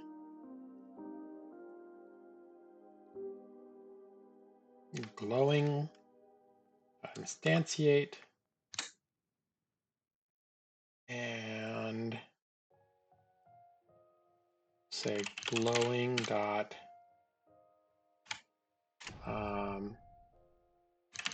intensity equals 0.25 or 0.25 we'll say 1. Glowing dot range equals 5.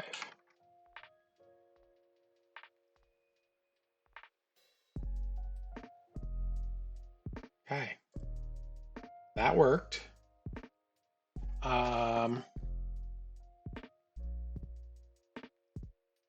And then for glowing, we also need to make sure that we have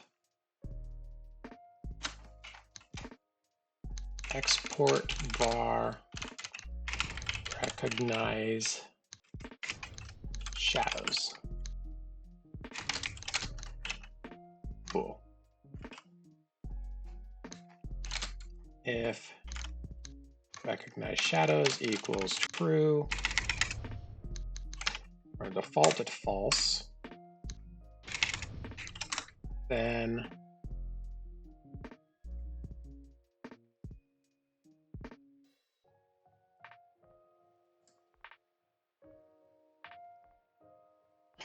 we're going to say point light 2D. Hang on.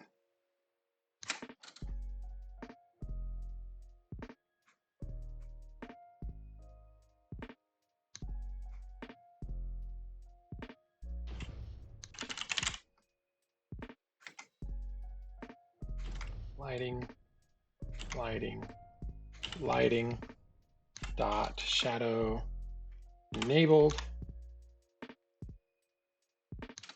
equals true.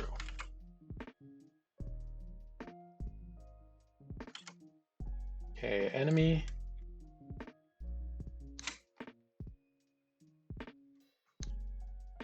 recognize shadows equals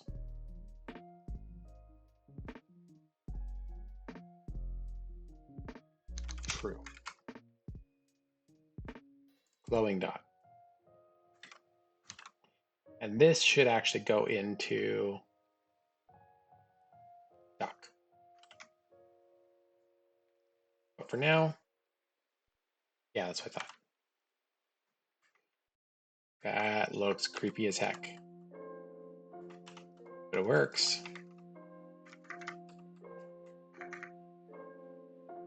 Okay, so we have a glowing light that we can set. It's a basic setting. We'll probably want color in there as well, just to account for the torches. I'm taking this into consideration because lighting the torches is coming up. And so we have to do something like this anyway to make this work.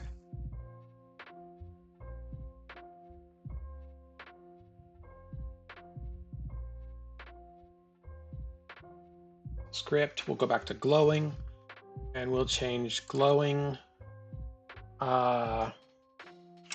primary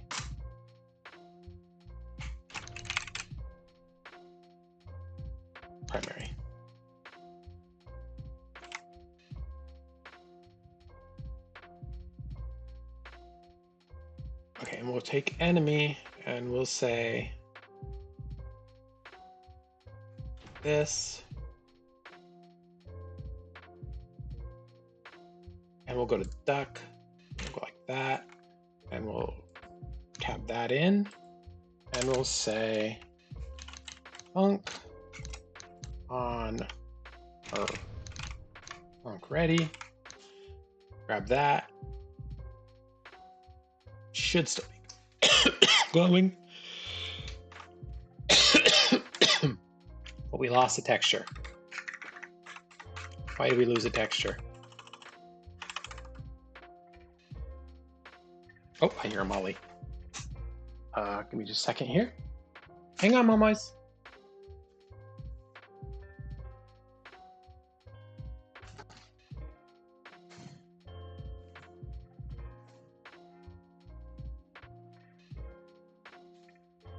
Did I hear you, Momos? Nope.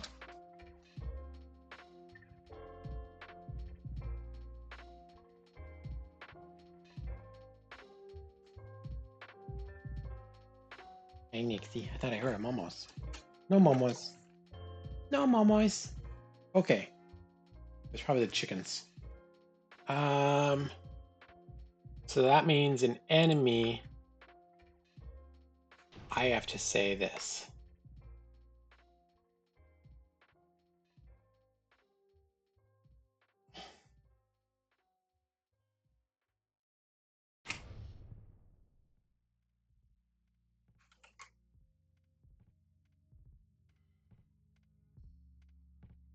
Duck?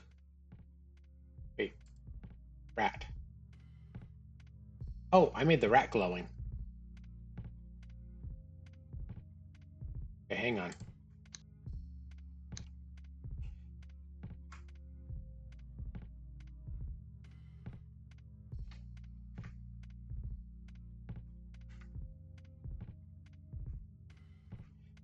No, but it's still attached to the duck. Enemy, duck, no, rat.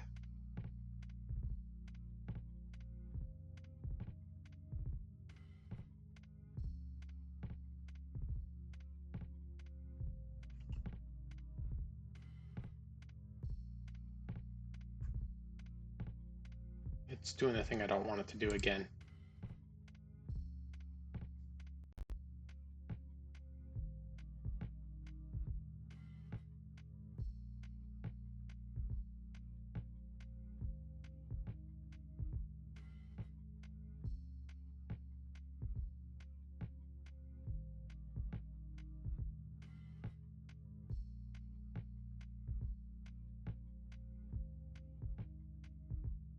Okay, get rid of that. Pass. We'll go back into enemy. We'll go like this. Bring this in one. Nope, has to go out of the way. And okay, and then we say rat. We'll say glowing.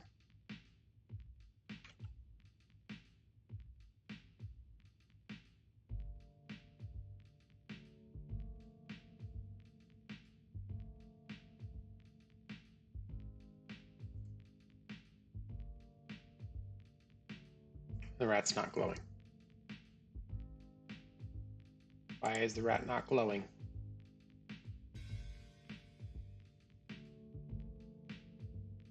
Glowing is not equal to null. Okay, glowing is not equal to null.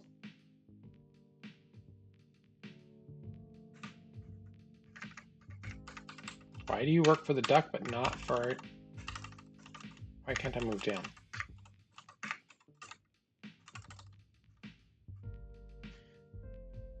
Hold up, duck. Rat. Glowing.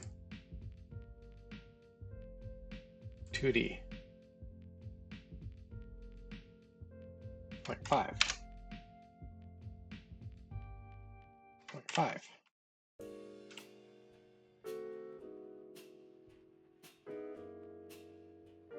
Had it working a moment ago.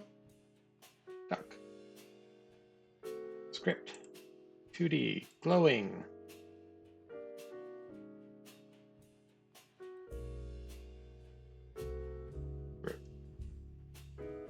Glowing. Let's get rid of this. Let's get rid of this.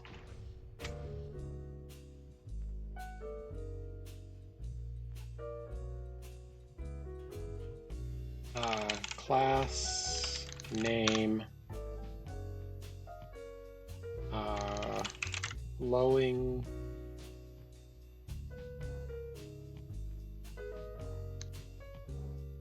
no, just leave that as is.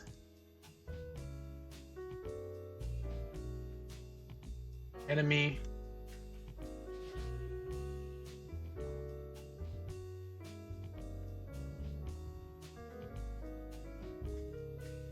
glow scene.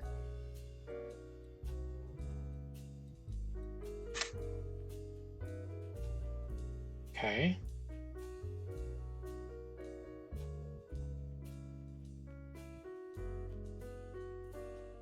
Why? It was working.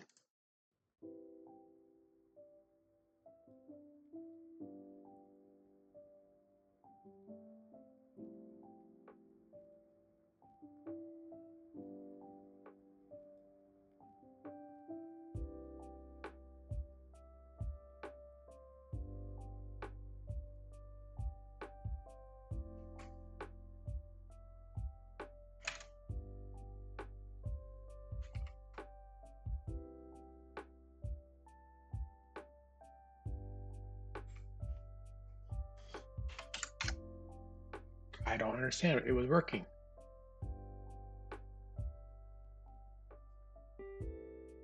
Uh-huh. Open scene.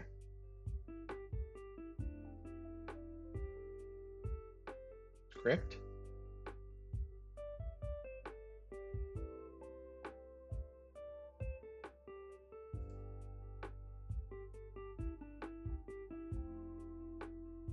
Primary.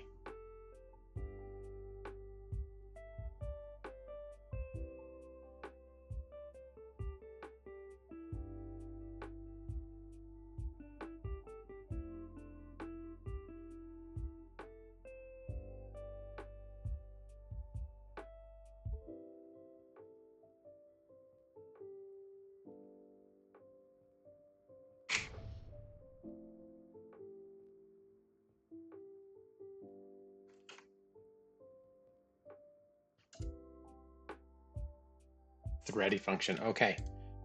That's what I was afraid of. Okay, so let's go like this. Let's go enemy, grab this out. We'll save. We'll go into rat. And rat has glowing.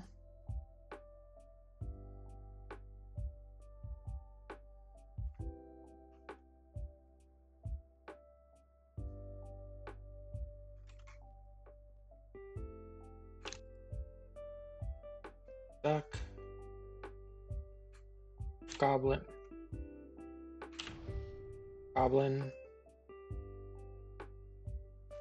bat, rat, spider.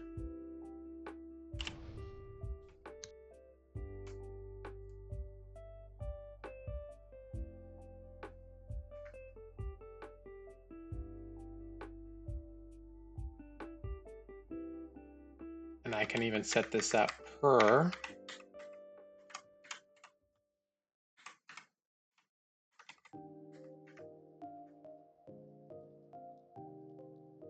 thing. Okay, so bat.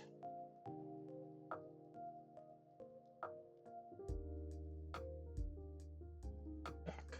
Rat.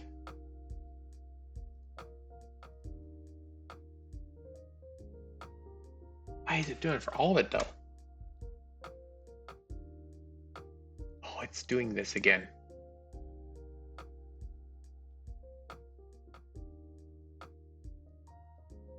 That duck better not be glowing.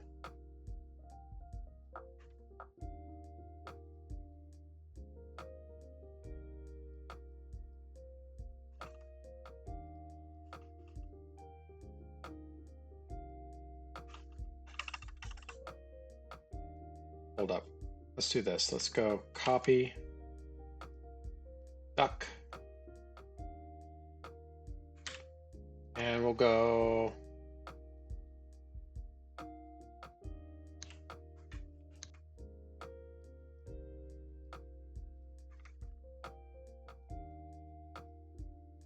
I think the 1 is setting for all of them.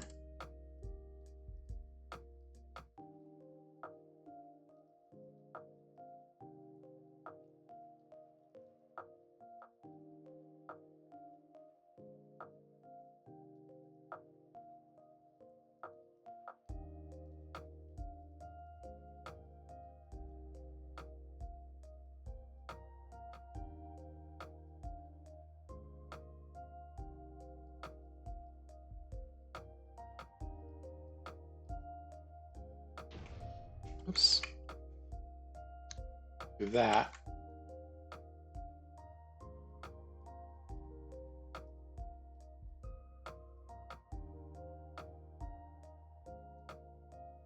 Glowing.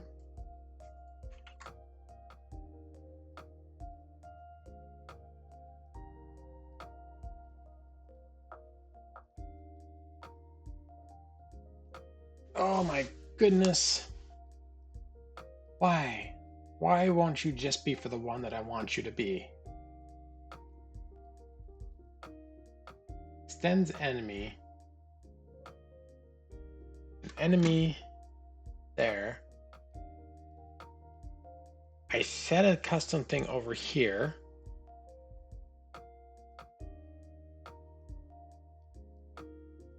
Save.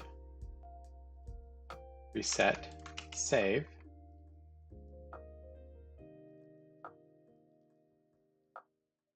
So it should be able to go away.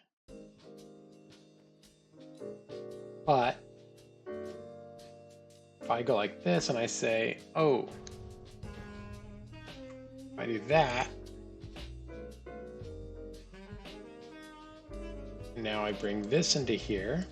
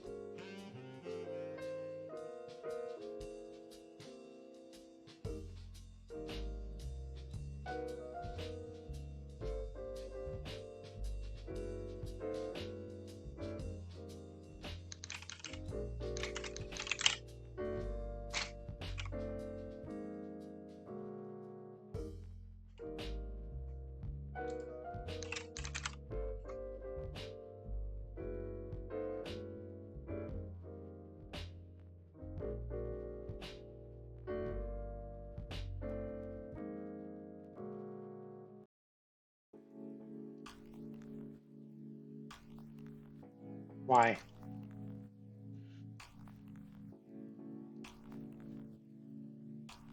I have it in duck. Okay, let's remove this from duck. Remove from rat.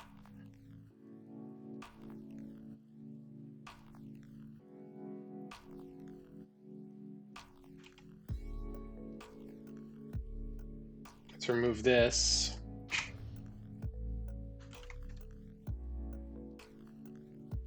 But we'll put glowing on there and watch, they're gonna glow.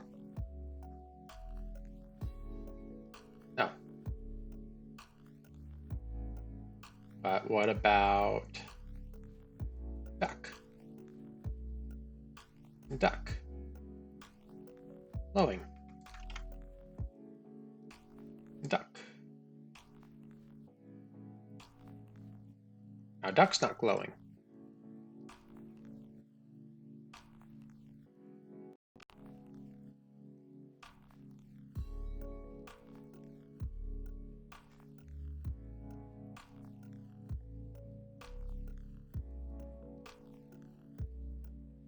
Oh.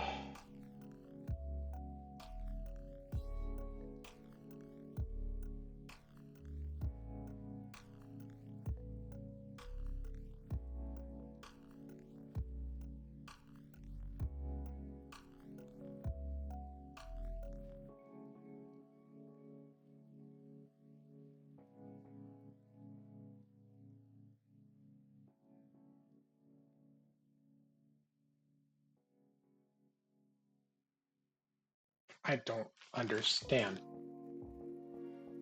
Light looks nice, thank you. But it's acting sporadically.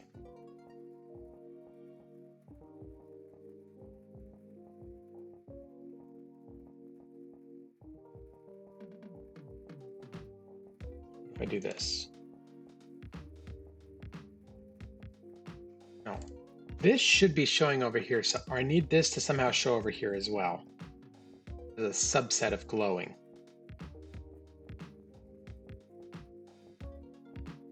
Glowing has export vars. But because I'm instantiating it, it's not going to show that. It's not going to show the values I need over here.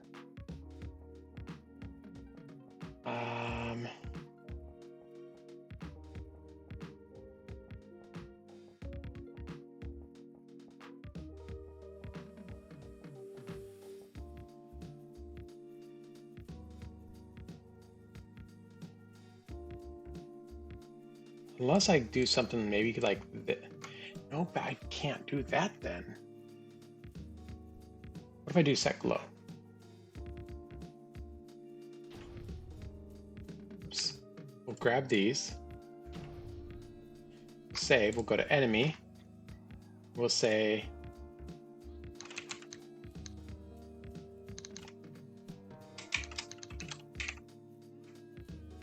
and that will return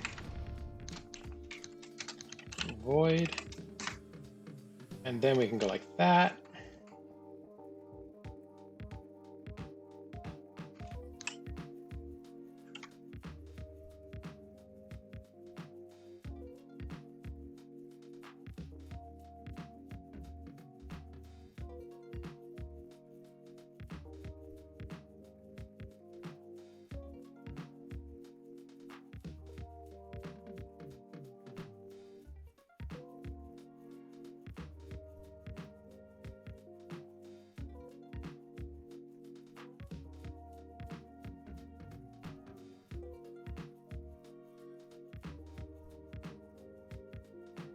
Glowing. Enemy. That goes there. Oh. Set glow.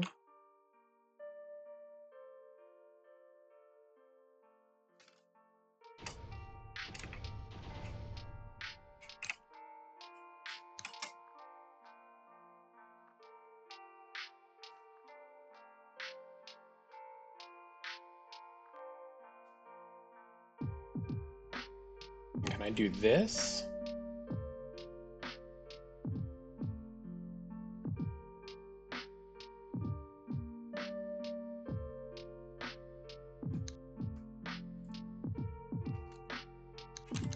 Intensity, range, recognize, shadows.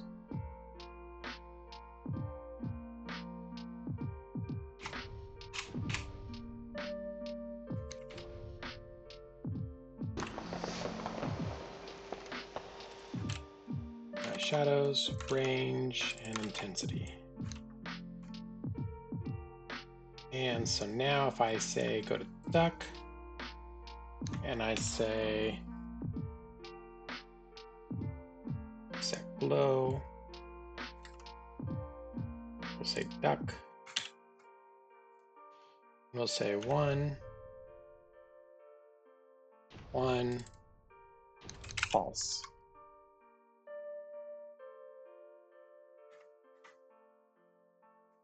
Nada.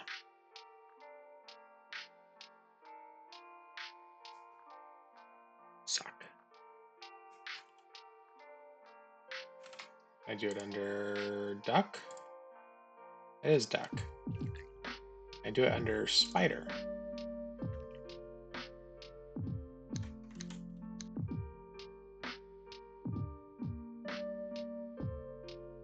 Oh, we have errors.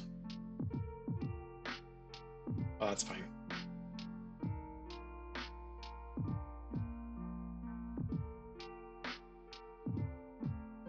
Oh.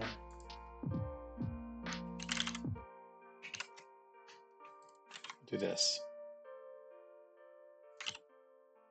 That should get rid of that.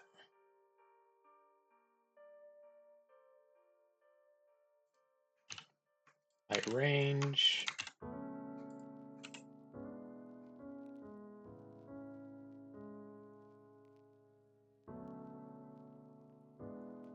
Here, refresh. Now we're not getting any light. Raggle Fraggle. Oh wait, did I set lights? Bat. Duck. Duck has a light. Glowing.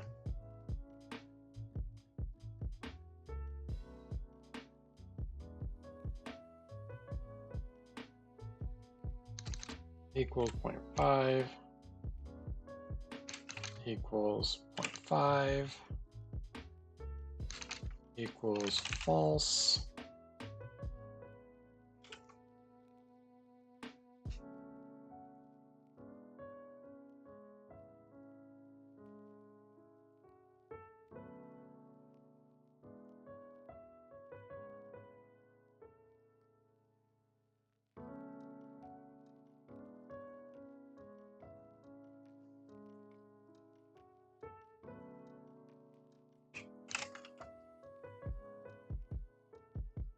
Should make a difference.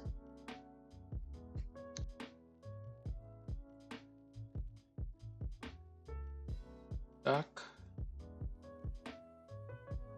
Cat. Rat. Or just duck.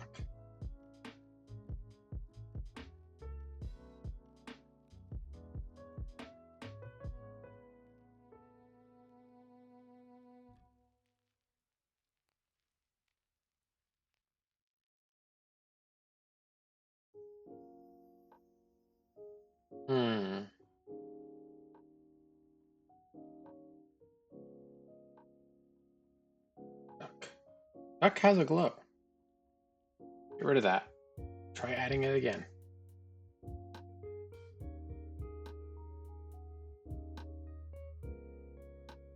Nodes. Connection node paths.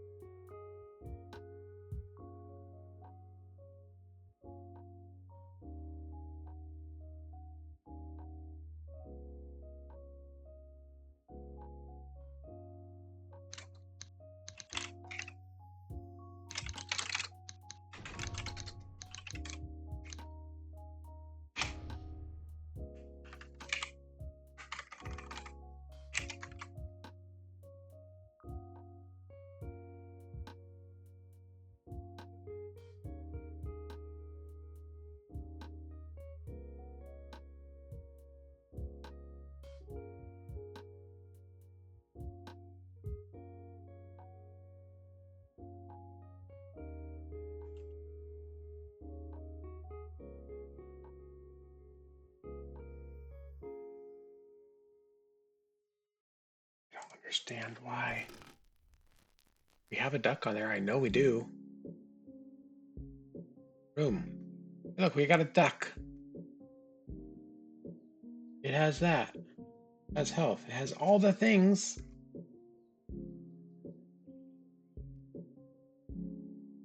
We don't have a light.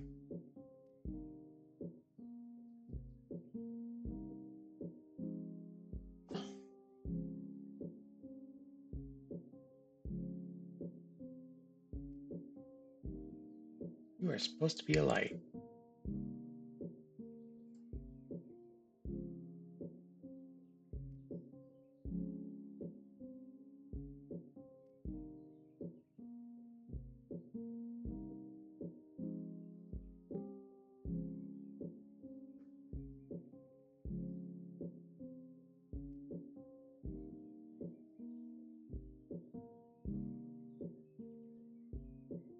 I don't understand why it's not working now.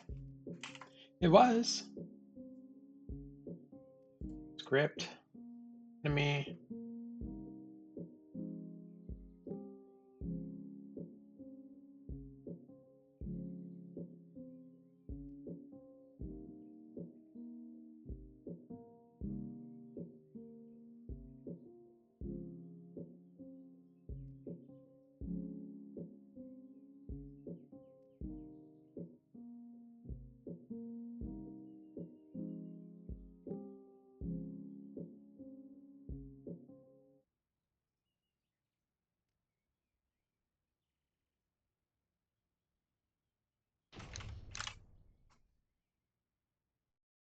I guess I need to set it to true. Oh.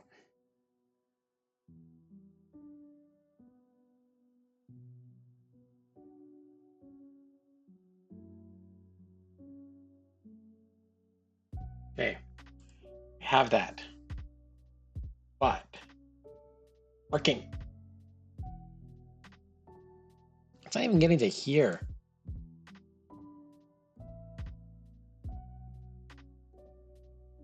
All these are just errors. Texture, progress bar.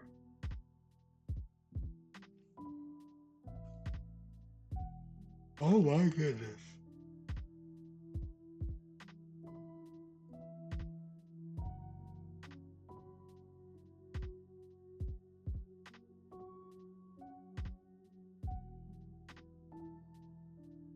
We have Atlas texture glowing equals this scene. Glowing. Primary. Let me just make sure.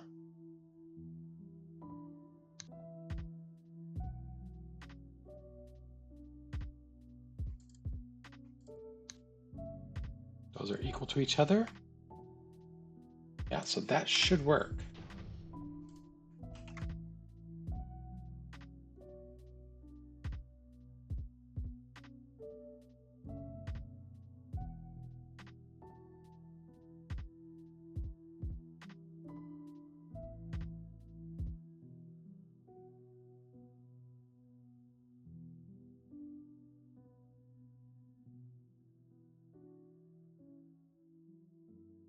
Set glow 1 true. I need to figure this out because I need to do it for the rest of the stuff here. You glowing. Oh.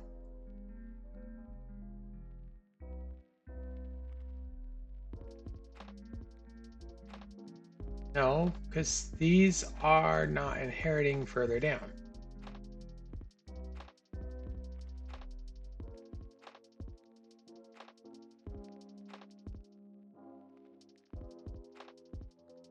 Hmm.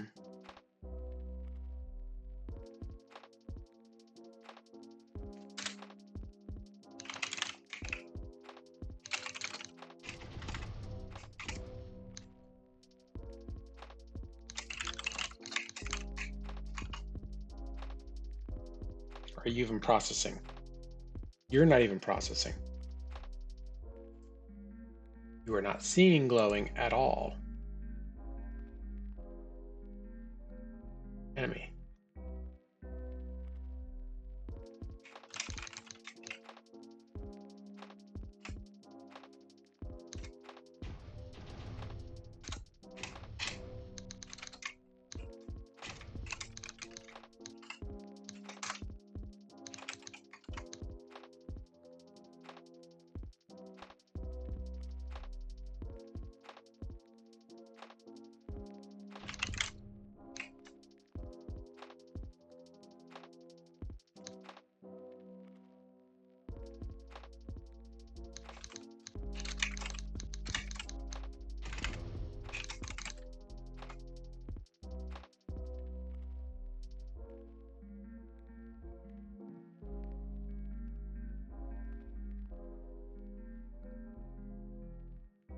Nothing. Not returning a licking thing. Anywhere.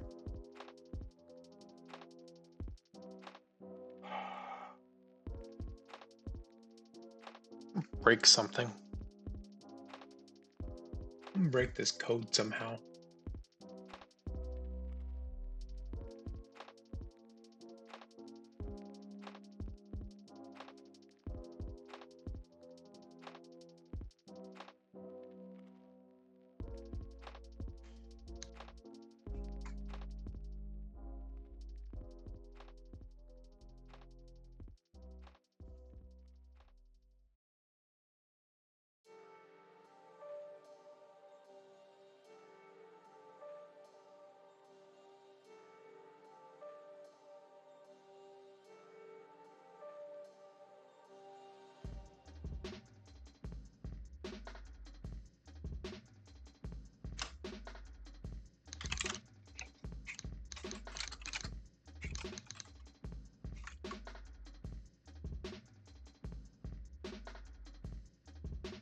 Okay, it's not the bat.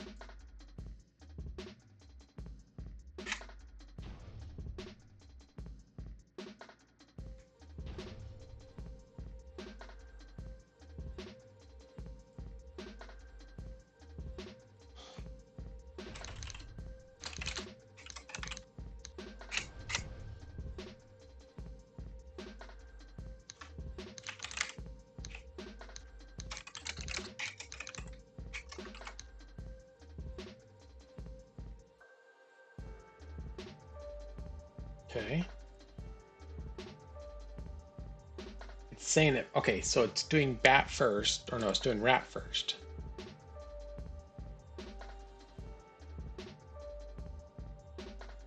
But bat's the first one that loads. In theory. It's calling them all bats. Why is it calling them all bats?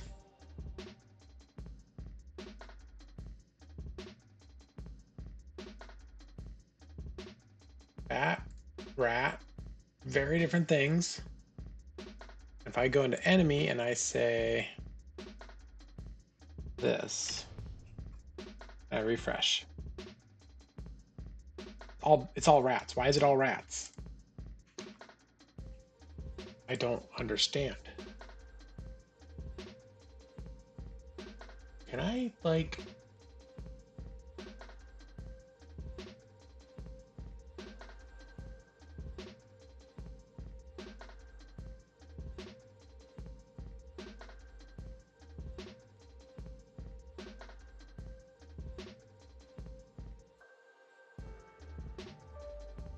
I don't understand why it's doing this.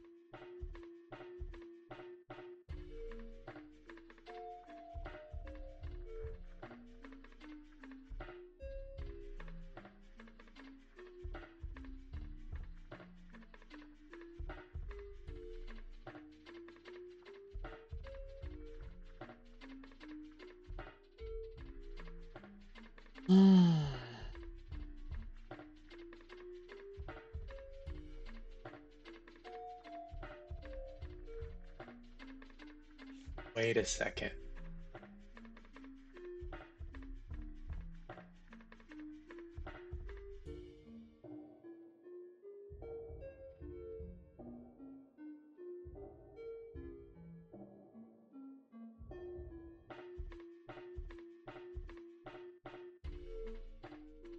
Okay, if I do this.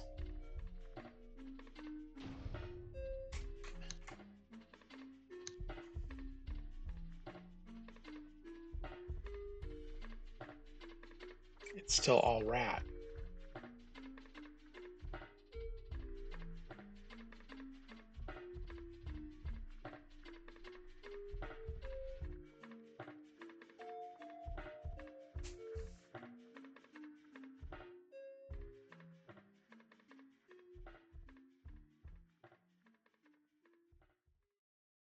It's very confusing.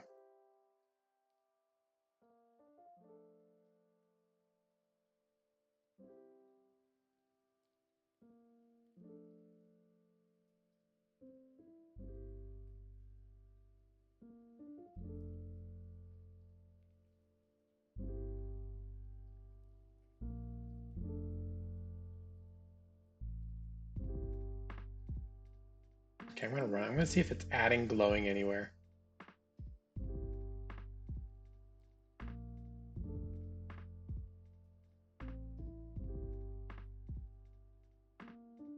You know duck should have glowing.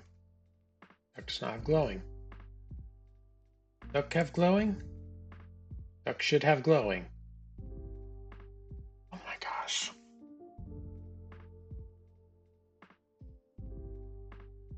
I don't understand. Duck doesn't have glowing. Why does duck not have glowing?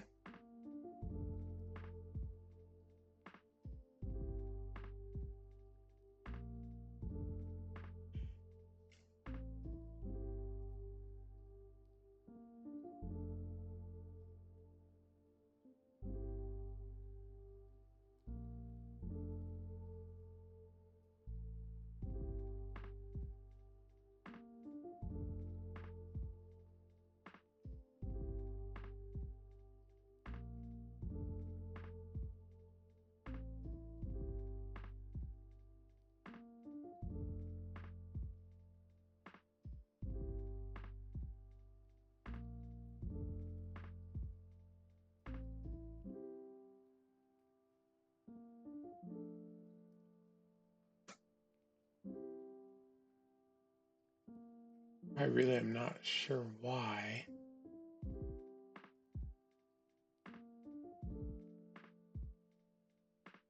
Unless I need to do this first. Enemy, I will say.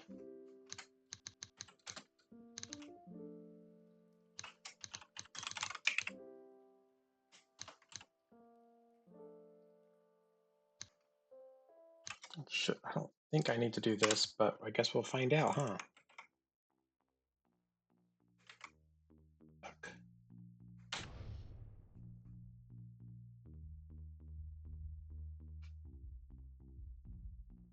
No. It doesn't make a difference when all it's seen is rat.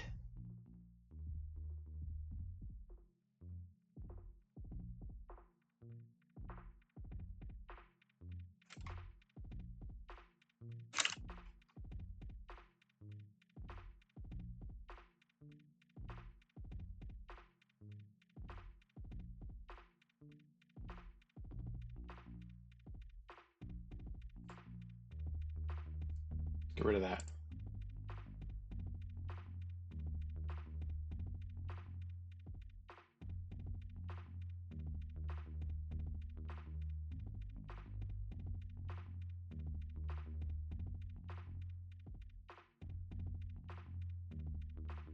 So if rat is the one that's seen,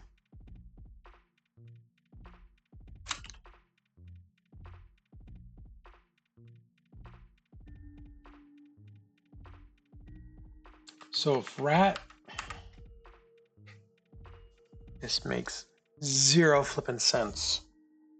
If rat is the one that's seen and they all get the lighting, if they have the thing,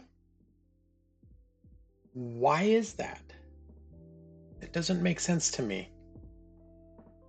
If we're pulling an instance, if we're extending off of enemy,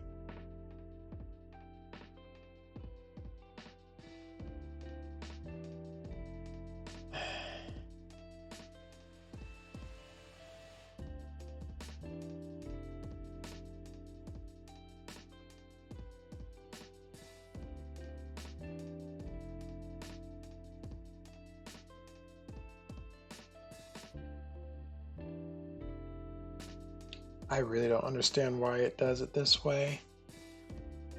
Only registering the first one, it's only calling rat each time. We don't have that many rats. We do not have this many rats. Refresh.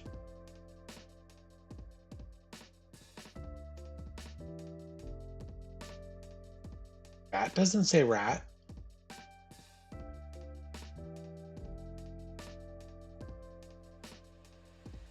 Nothing else is doing what I want it to do, though.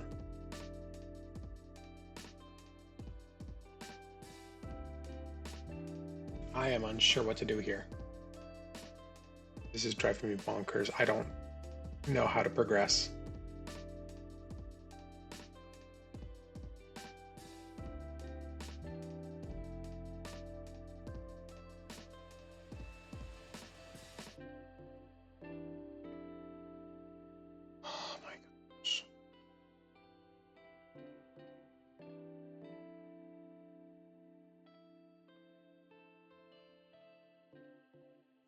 Why?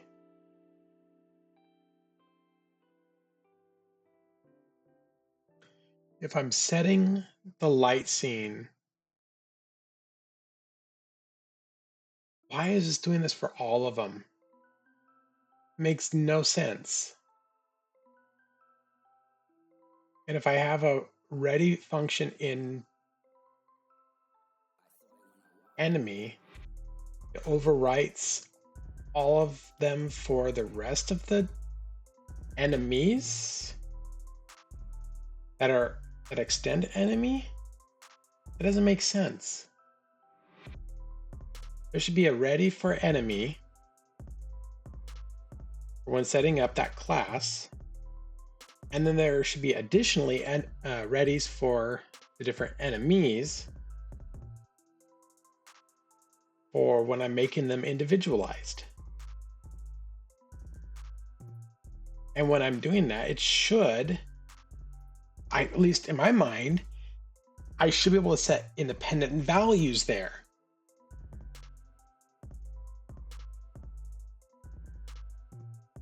Because we should be extending a new instance of enemy, right? Or do I have to do something funky like .new?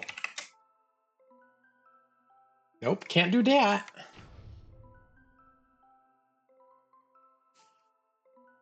This is what drives me bonkers about object-oriented programming. I hate it. I hate it. I hate it. I hate it.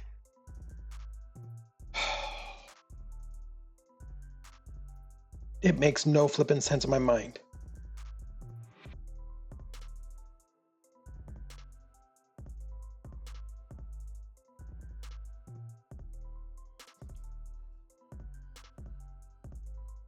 Take me back to the days of structure-based programming, please.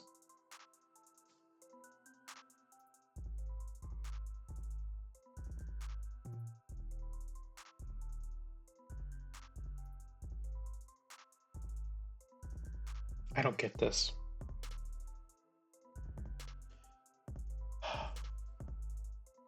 Does anyone have any suggestions?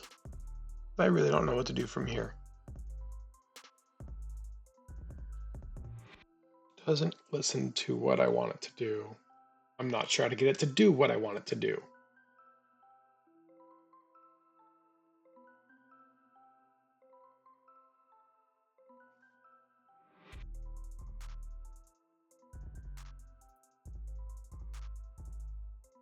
I mean, even if I do this, oops, hang on. Even if I do that, it doesn't see that.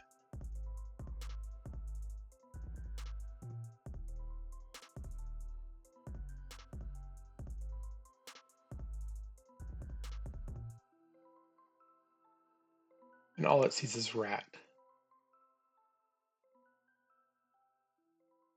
All it sees is rat. It doesn't see.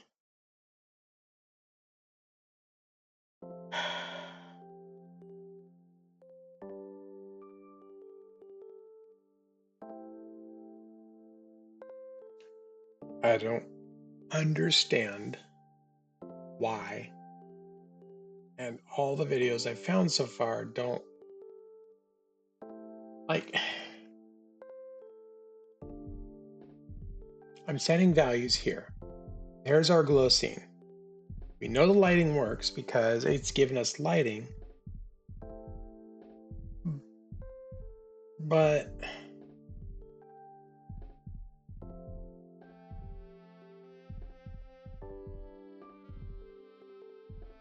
am I missing something?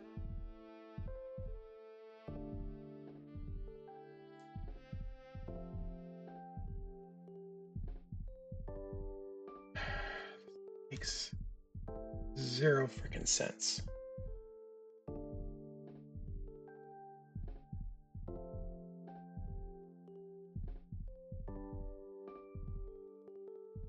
Anyone out there in Viewerland have an idea?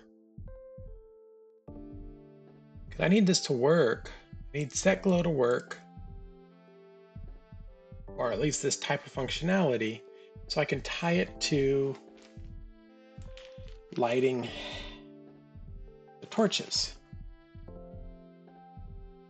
Those are just errors. Yeah, ignore those.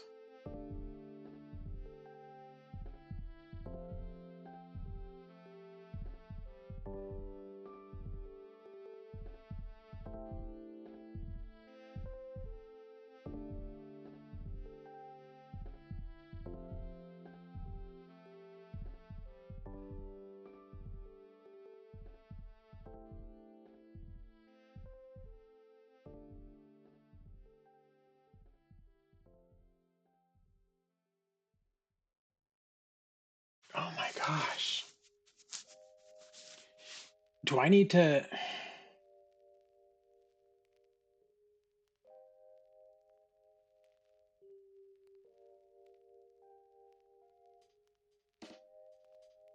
No.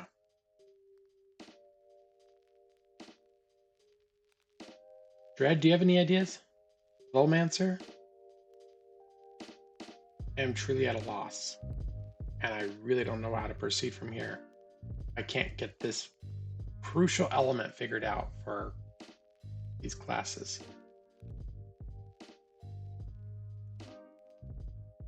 Because they're all pointing to rat. And it makes no sense to me why it is only rat that it sees. And it's doing it multiple times whenever, like, there's enough here that these are all the enemies on the screen. But all it's saying is rat is seen. I go to duck. It's supposed to be saying duck is seen. Not rat is seen.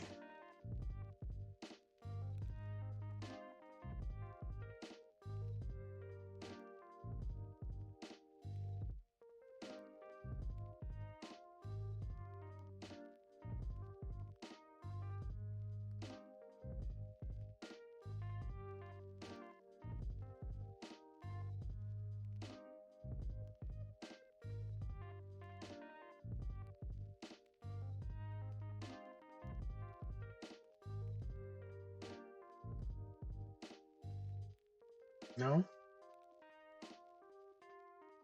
No suggestions?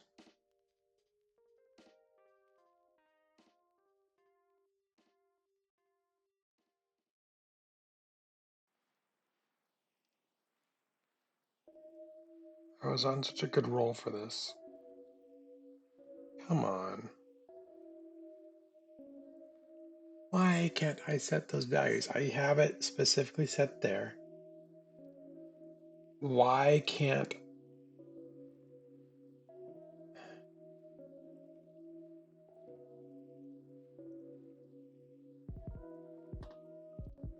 I don't understand what this is doing.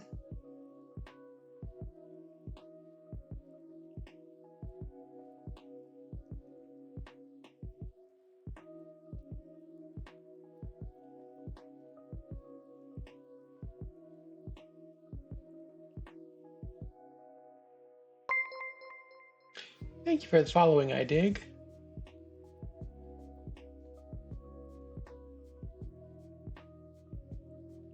Having a bit of issues at the moment because I do not understand why it is handling classes the way it's handling them. Doesn't make sense to me. Would think that if I made a new enemy, in this case, say duck, extends enemy, I would expect it, and I place it on the board, I would expect it to say this down on my console. Never. Room, we have 3 bats, 3 rats, a goblin, a spider, and a duck. So why is it only saying rat is seen? Seen our 4 lights, which will be rats and the duck. And seen as these 3 together, I'm guessing this last one is the duck. Remote. Game. Dungeon. Room. Duck.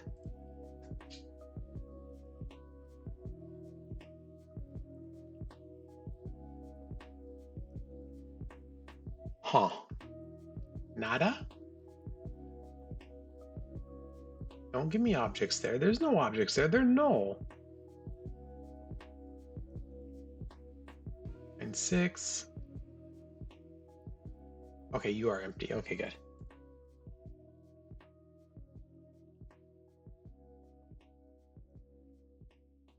And you?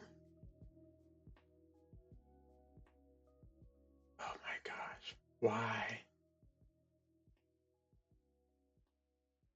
I really... Oh, look. Hey, look. There's glowing. And it's recognized. It's on. What if I turn it off? No. Intensity. Light range.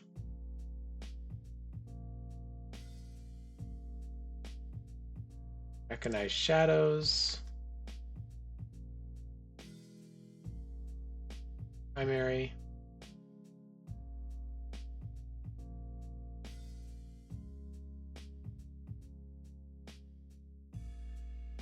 Nada.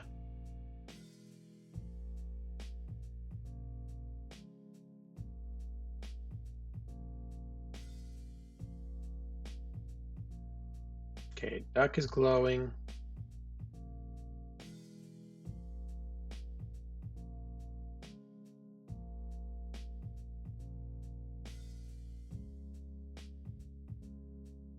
It's all based on this. I can see that it's adding it here.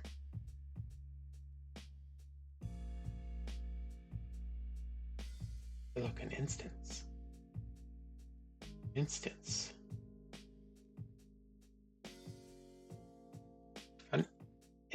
Should be an instance of, oh my gosh.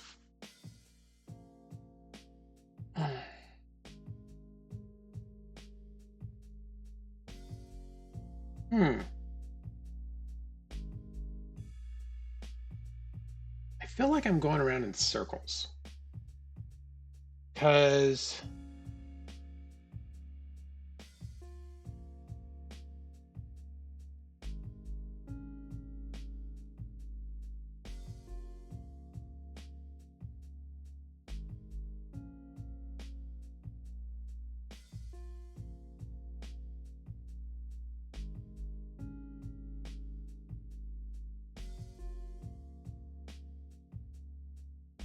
can we turn off shadows, please?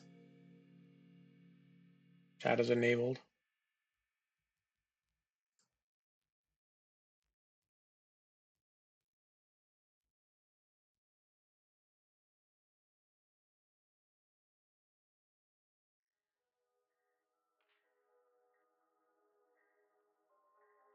Okay.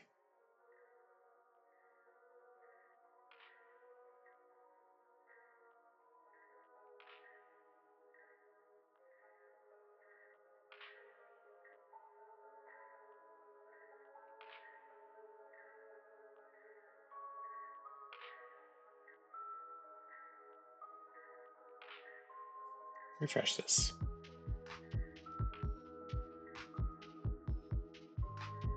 So I can see them all. Can I just, okay, for duck alone, I want script.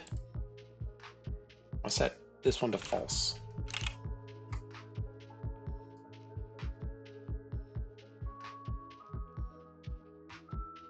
Nada.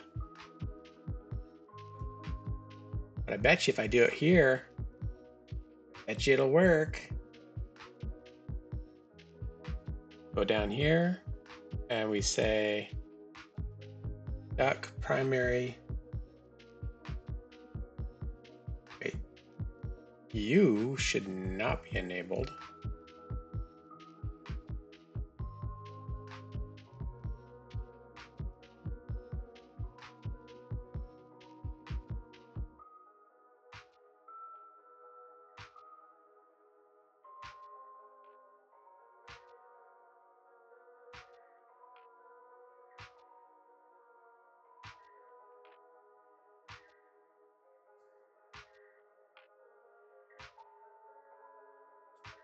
I don't understand.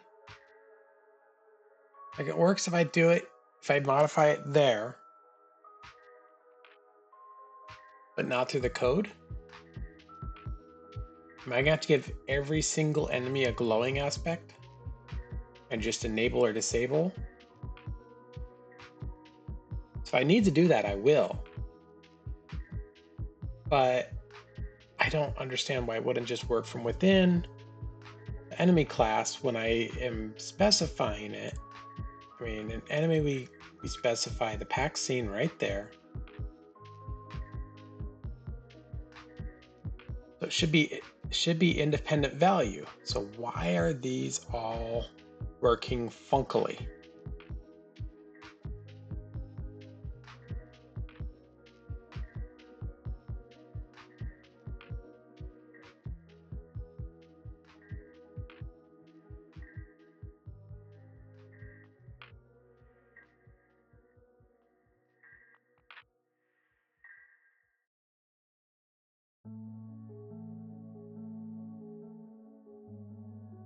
I mean, it's even putting them.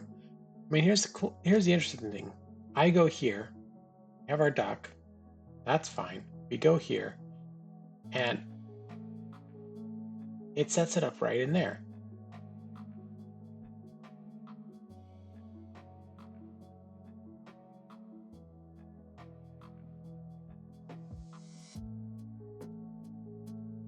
The freak?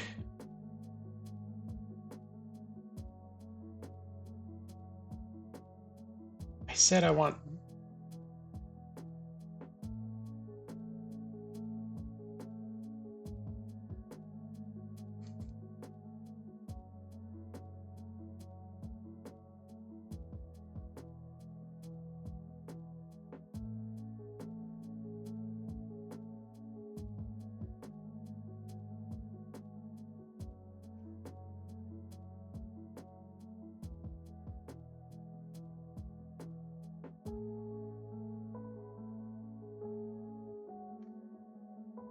Is that the only reason?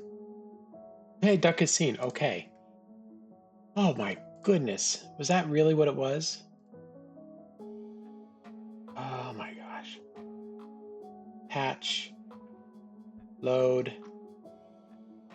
Goblin. Hatch.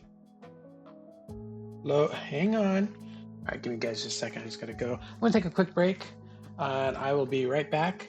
I'll see you guys in a moment. I just need to move around because I think I figured out what's going on. Oy vey. Okay. BRB.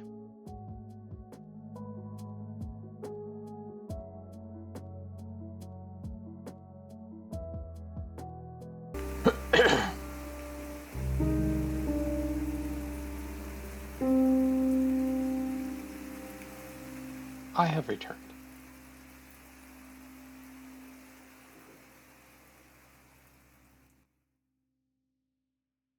Okay. Let's just make sure everything is what I want it to be. Spider. Spider goes to rat. Spider doesn't go to rat. Select attach script, spider.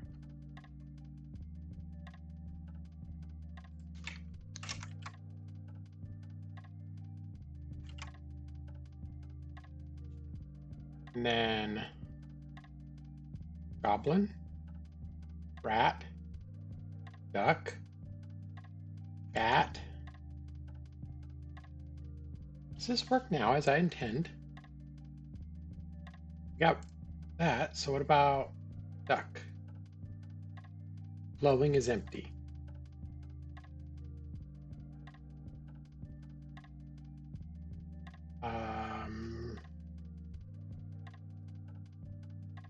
New atlas texture. We want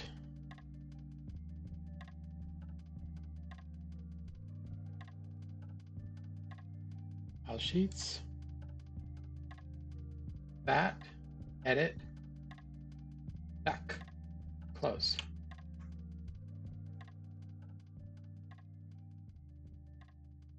Okay.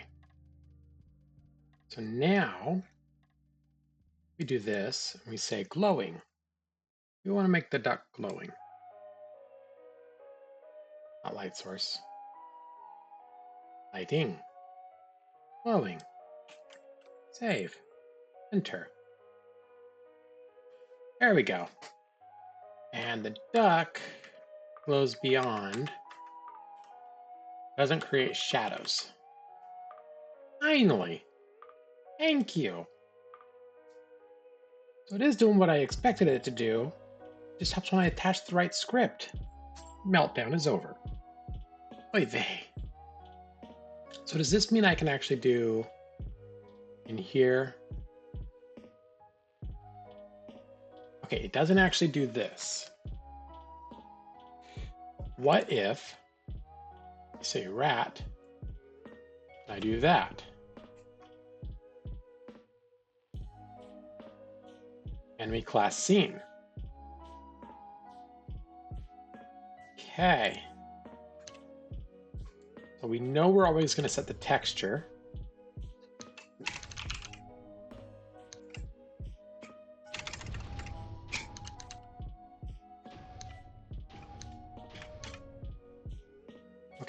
We know we're going to set the texture.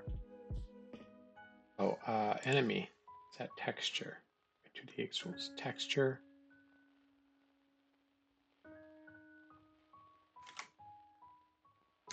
Do that. And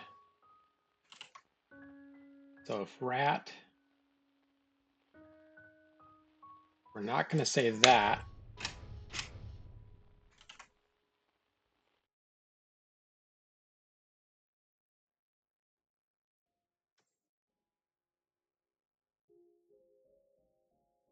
Okay, so that still does what I don't want it to do. We have to set the texture within here. Because if there's nothing there, there's nothing here, it will override. And we get, okay. I kind of understand this now. Let me make a note here. Godot. Section reference. How do I utilize classes? And we're going to say classes and ready.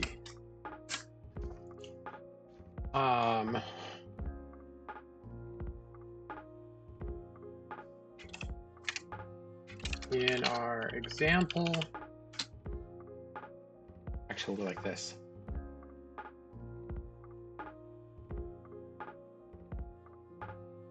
Go to enemy, and we'll say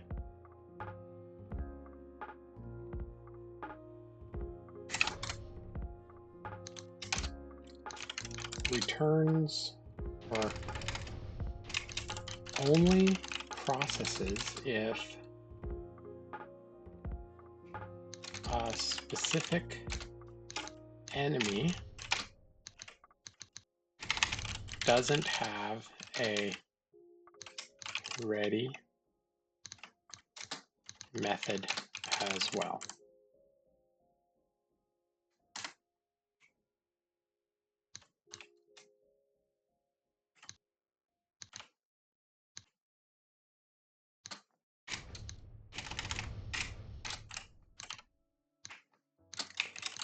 If enemy, i.e. rat, has a ready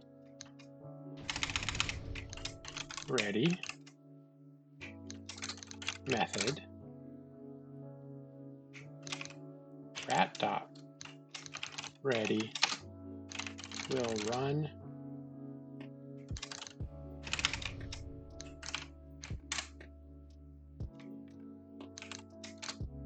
instead of this, of enemy.ready.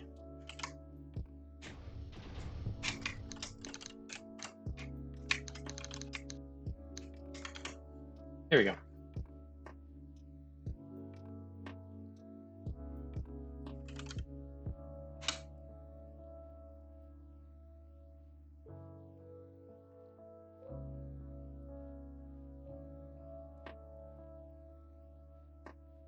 Yes.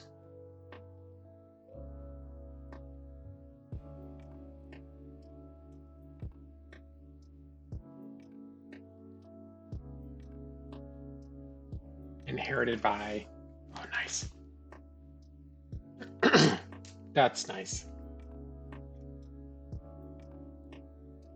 Okay.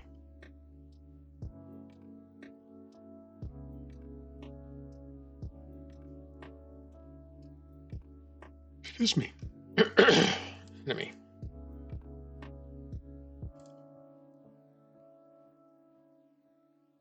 We want to set the texture.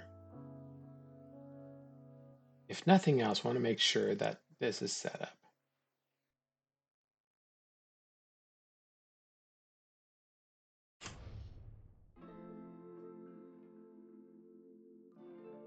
And then we'll also,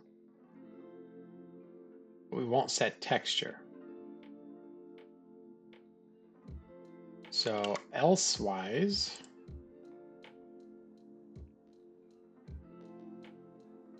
bat is seen, enemy is seen, duck is seen.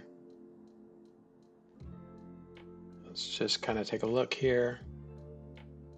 Bat and rat, okay. Goblin. So if they're in the dark, we don't need the ready function. The moment we do,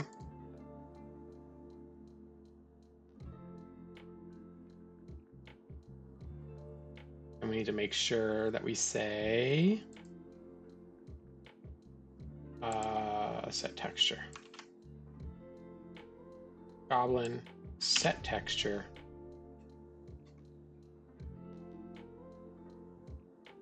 And then we'll go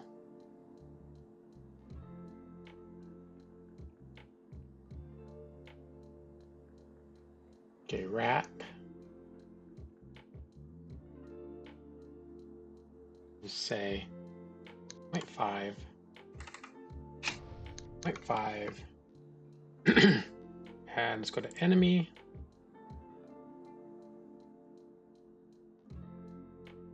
Yes.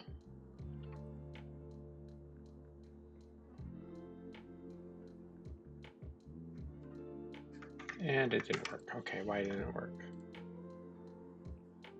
Rat. Rat is seen. Duck set texture. Okay.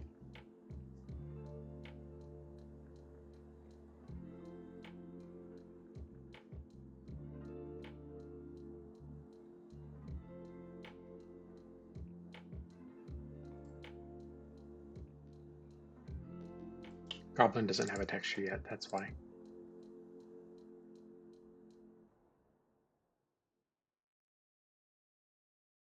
And we edit the region. We go here, we set our goblin, we close, and now we that. That's better. Okay. So let's go back to rat and we'll try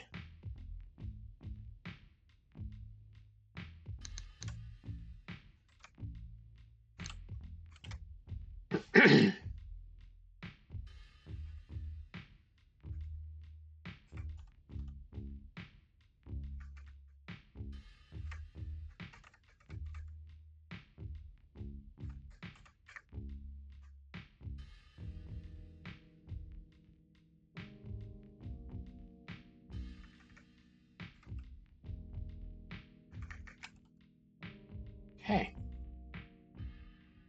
Whew.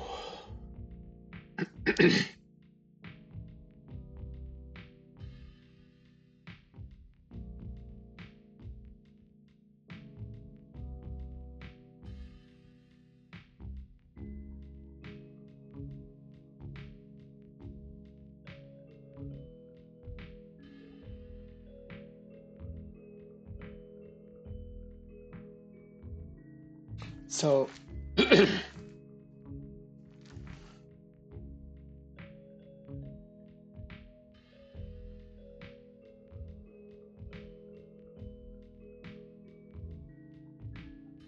that's working. Well, I do need to set spider's texture. Spider. Empty. Texture. And then we go colored. We do this.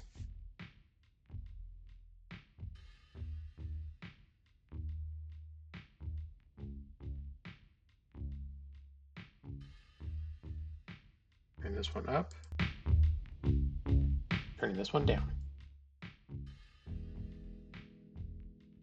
Here we go. And so we got our texture. We need to edit our region. We need to select our spider. Close. We have goblin. We have rat. We have bat. We don't have bat. Come on. edit region. Now we have bat. So now we should have all the things. Yes.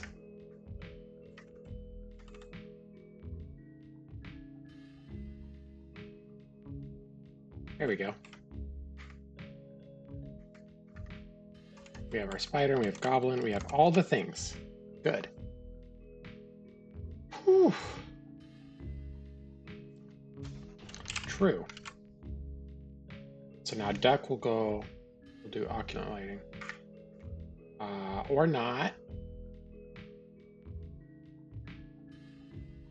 Oh yeah, no, it is.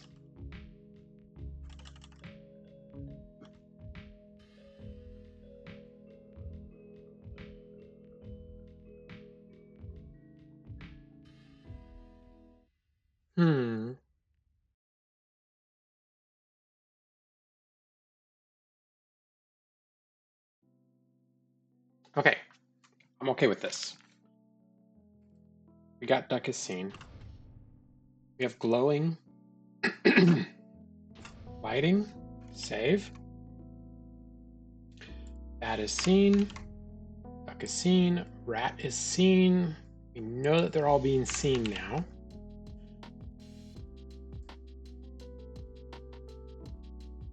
And if goblin is seen, then it'll set the text by default. Spider.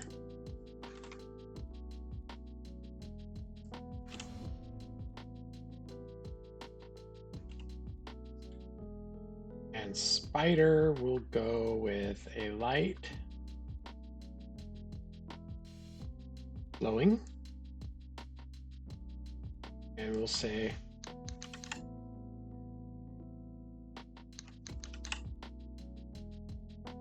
true.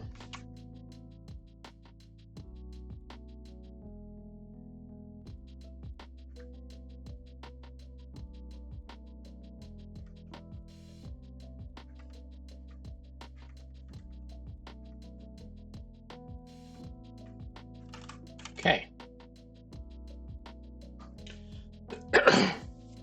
Oh my goodness. Okay, that's much better. And so now we need a visibility style for each one.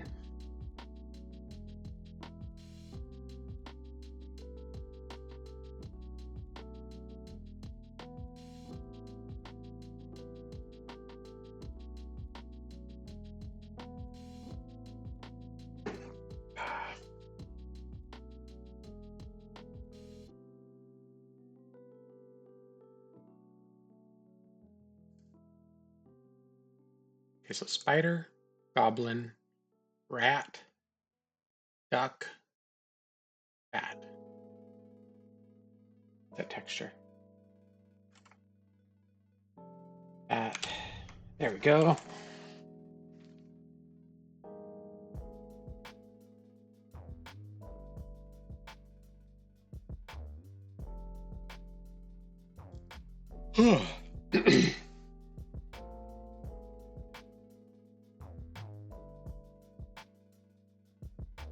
So what I want to do is I want to go like this. We see this already. You know, we have our collision shape. Now we want to add a child node of area 2D with a child node of collision shape 2D. And this will be of type rectangle and is going to go right here. Such, and it's going to go like that. So we got 1, 2, 3.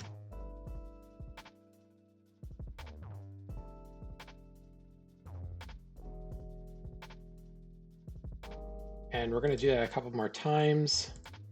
So I'm going to duplicate that, transform, rotate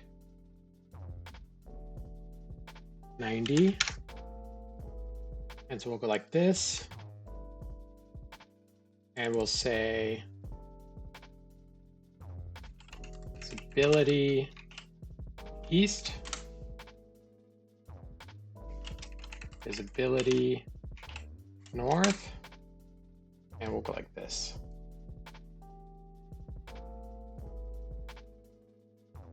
And there is a reason I'm doing it this way. South. I can go like this and I can say, yes, perfect. South, duplicate, west. There we go. So west and south. There we go. I'm almost. Okay. So now I can use this and I could say,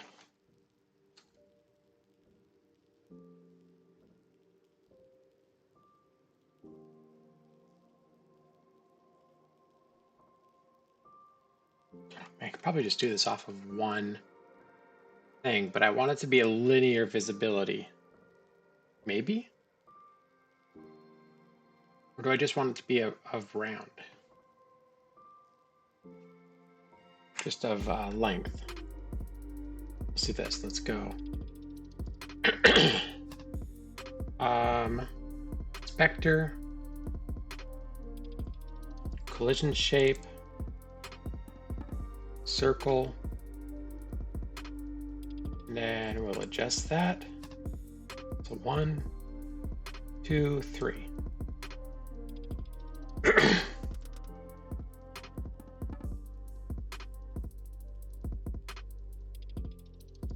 Oh, no.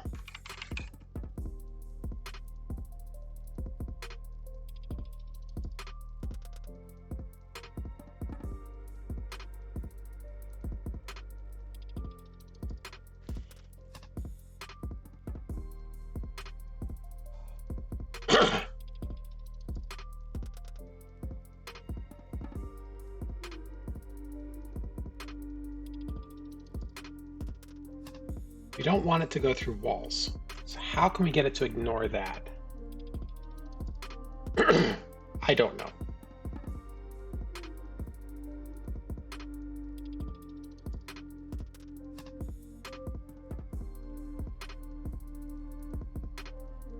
Oh, excuse me.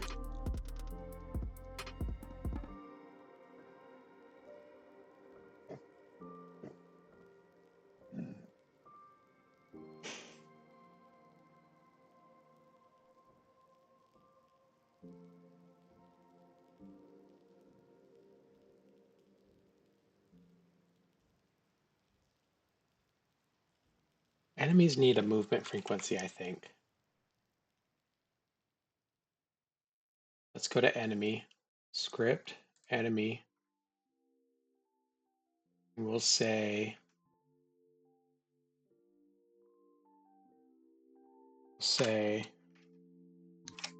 export var move frequency equals 1. And this will go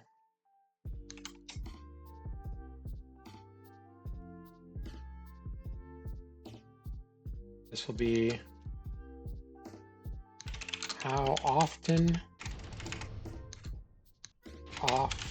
the enemy can move based on the player.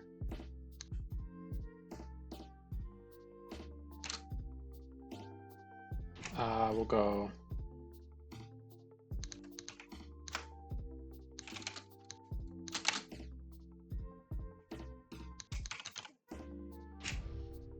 enemy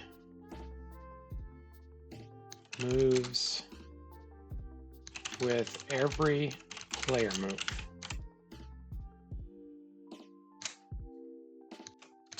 Two, enemy moves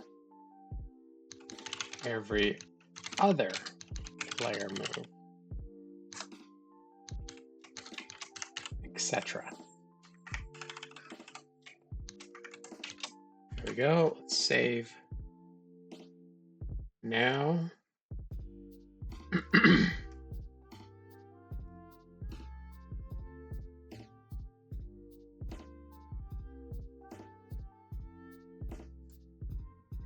BR. Okay. There we go.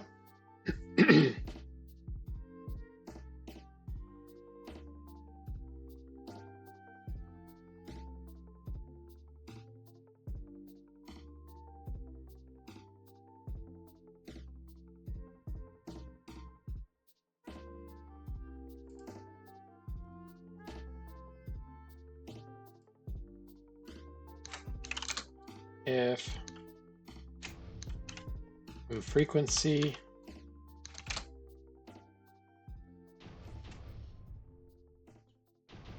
hang on, gotta go like this, and we'll say var current move counter equals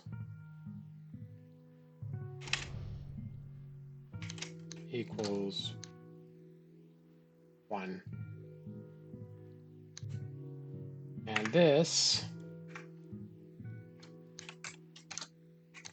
keeps track of when the enemy has last move.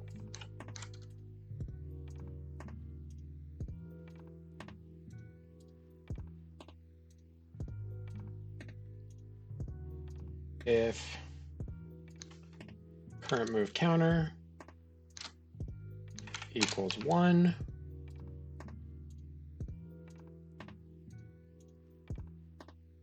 we do that and we say current move counter equals move frequency. Okay, got all that. Say less than or equal to. And then elif current move counter is greater than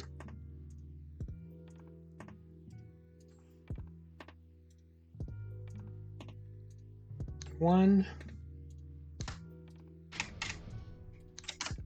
Then we say current move counter minus equals 1. Okay, so now we can say that, say rat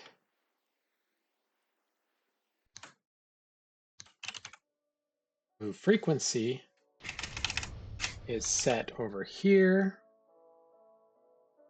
And we'll say rat can move every 3 turns. And let's go to enemy. We'll say print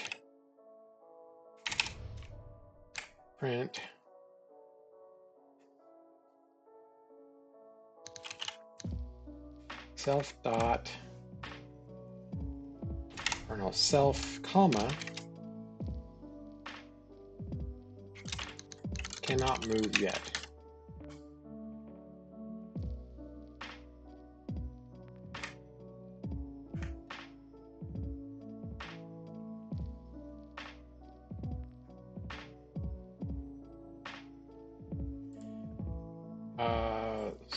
Self dot name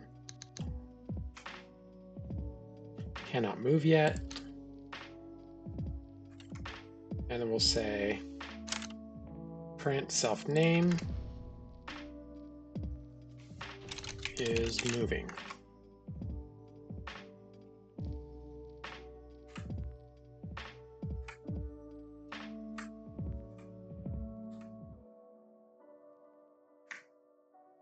Okay.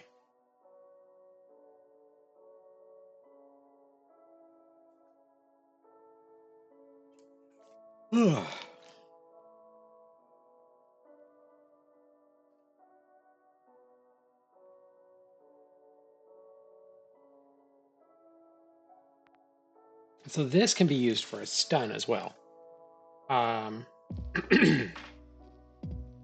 Let's go here. Let's last moved. This value can be set in code for effects like stun or paralysis.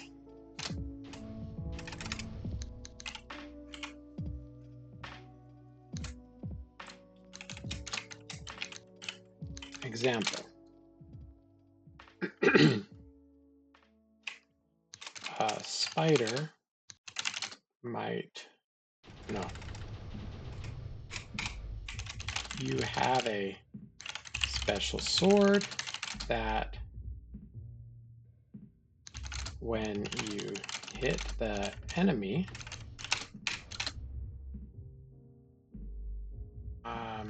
can stun for up to 2 rounds. The attack will tell the sword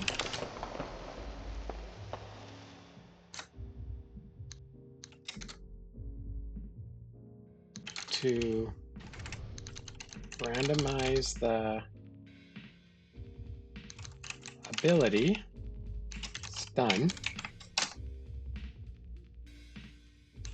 which then the ability will determine at the time of application what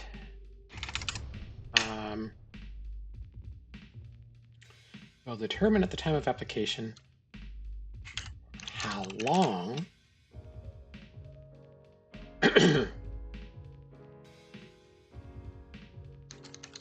the stun is set for up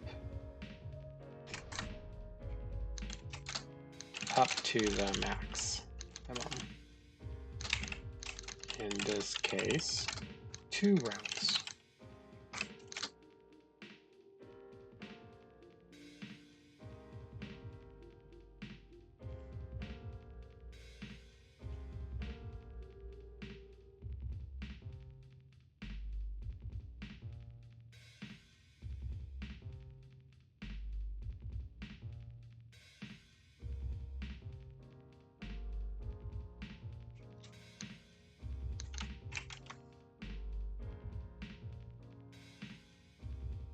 Okay.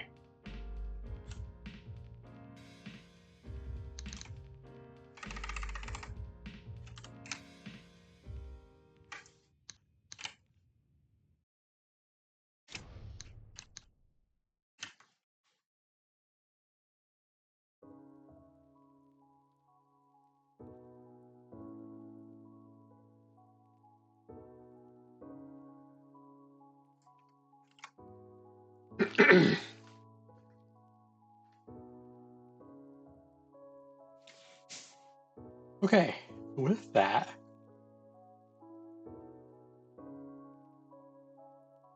let's say rat is, you can say,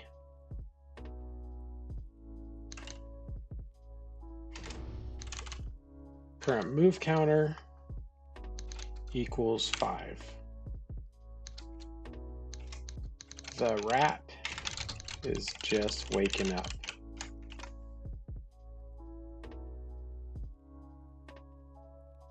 One, 2, 3, 4, 5. So now the rat is moving.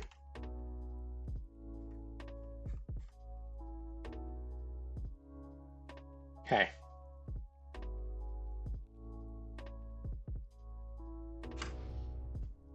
That's good. I like that. Did you figure all the things out? Yeah, I had a little bit of a meltdown earlier. But I'm starting to. I was trying to get stuff to work and it wasn't working through the enemy class and it was applying lights to everything and it was only registering the rat. I was confused as heck, and it turns out because I had copied the source or the scenes to make the different enemies, I forgot to reassociate the script. So all the scripts were rat. Now they're correct, and it's working. So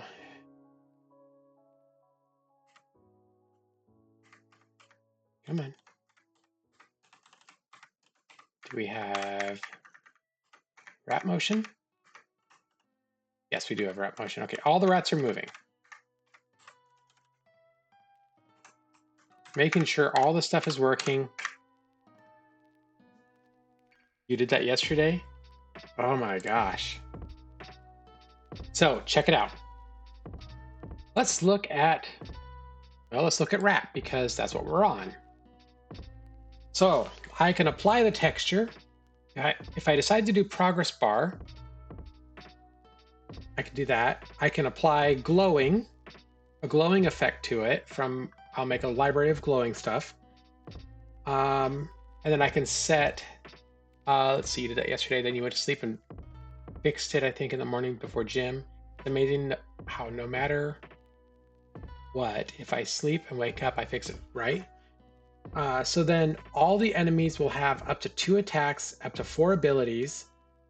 I set their base stats, their movement rules, and look at this. Property, movement rules. Movement rules handles the style of movement for the enemy. 0 wanders, 1 is stationary until sees player, and 3 is full scene chase player. So we even got some definitions in there. Then we got environment stuff, and then move frequency. That should be under rules. So basically the rat will move every 3 turns. As an example, let's go into enemy. And let's put that is not environmental. That goes under rules. That's better. Whew. By default, it goes to 1. All this is in enemy class. But then I go to rat, and that's all I have.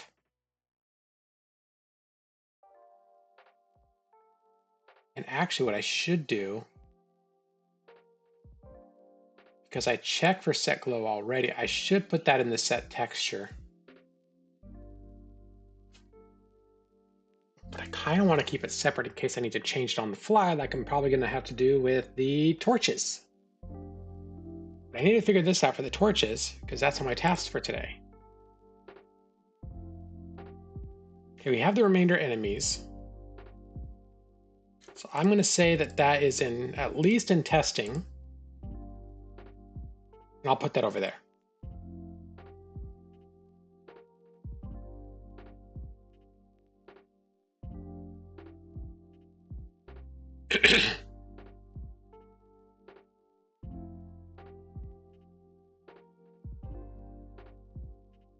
Actually, no, I'll leave it over here. Add remainder enemies. Enemy movement. I'll leave those there. I'll just adjust them there because this one I want to leave over here as stuff I did before this section. I can kind of see the progress of how I'm doing throughout. How are you doing, Fatal?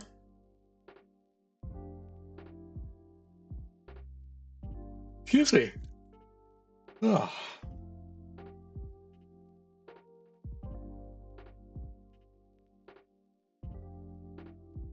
Okay, we have our basic enemies.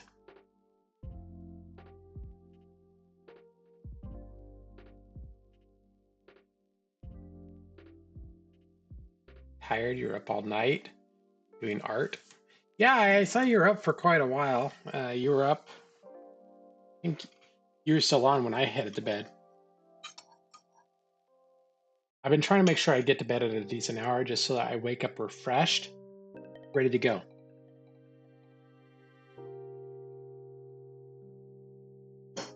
That's the plan anyway. If I do that, I can go pretty much all day programming.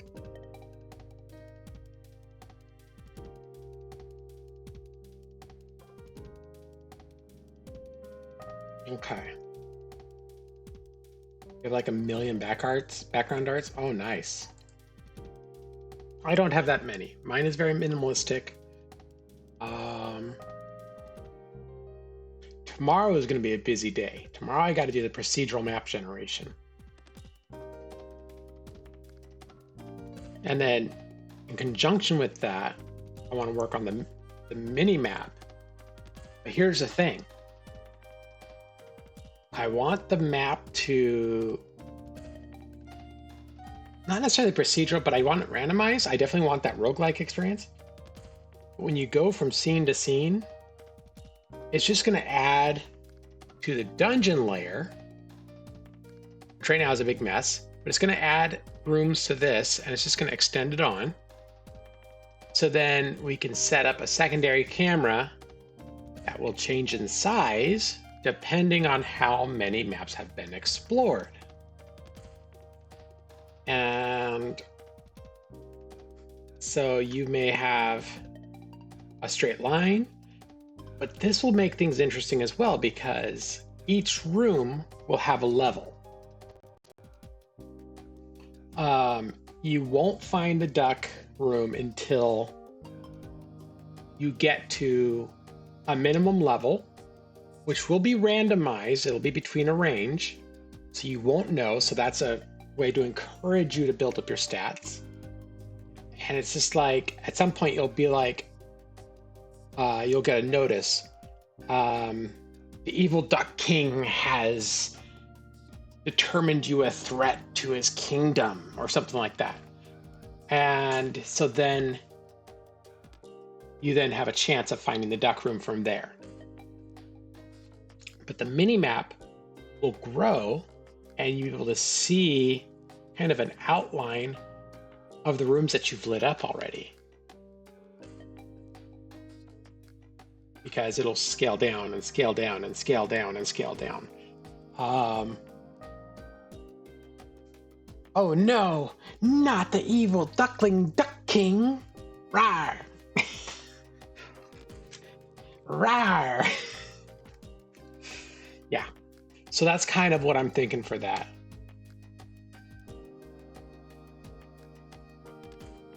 But check this out. So right now in our rat scene, we have a very small glow, and it listens to shadows. That's how I set it up. What if I go like this and I say, oh, no. Those rats, they're bright. They ate something radioactive. I'm going to add a color aspect to it too, so don't you worry. But you know, they're bright. We'll go like that. So intensity, right? Intensity? Yeah, intensity at light range. And the light range will also make 5, and it ignores casting shadows. And now it's just really bright because there's a whole bunch of rats.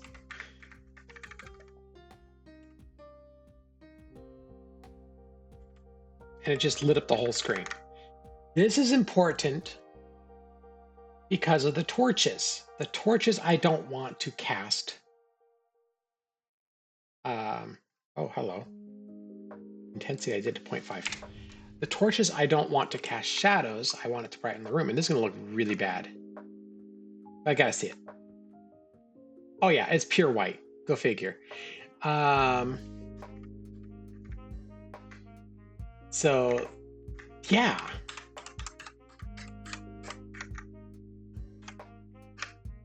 My green guy turned yellow. Oof.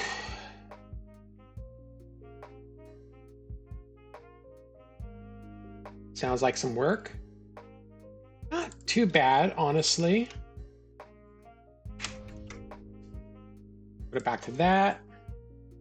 Lighting is odd. Yes. But as long as I keep it at lower values like this, it works quite well. Come on. Obviously, I have not set up the interactions yet on here. You have lights popping on and off on your nodes for some reason. Oh no. Oh, node. It's very ood.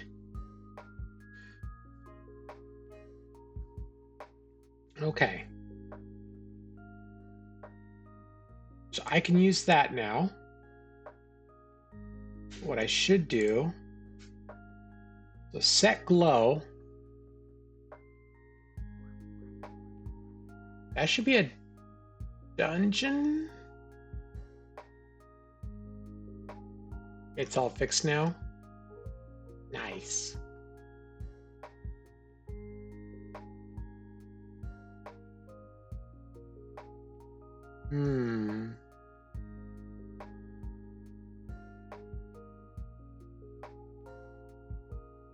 I currently have that to enemy. That should be in lighting.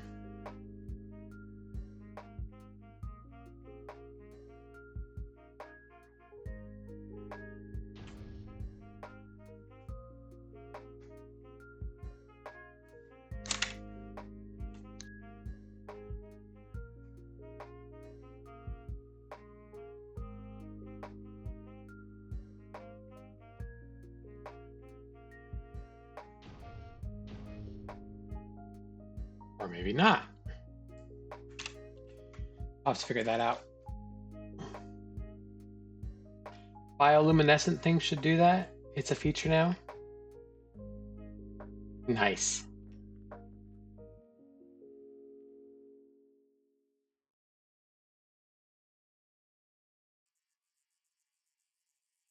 Oh. You just kind of gave me an idea.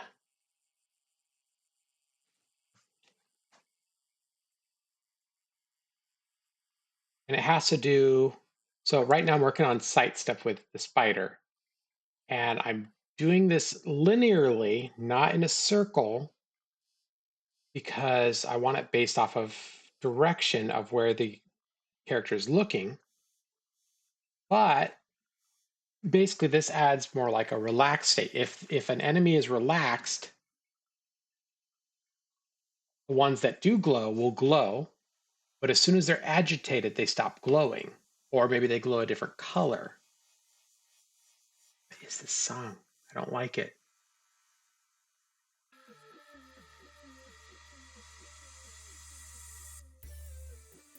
Okay, that's better. Same song, different portion of it.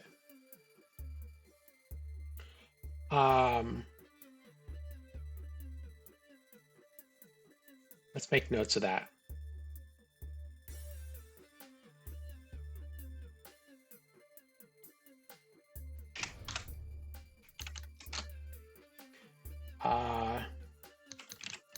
Changes the glow intensity of an enemy.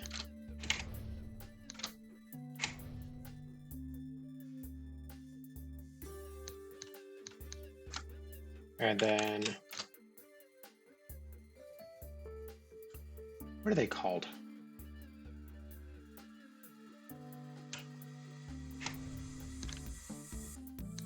What are the things? Parameters.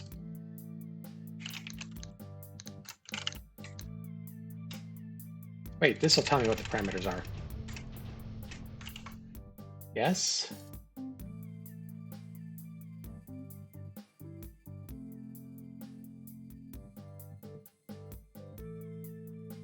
Set glow to, yeah, here we go. Variant, no. Int, bool.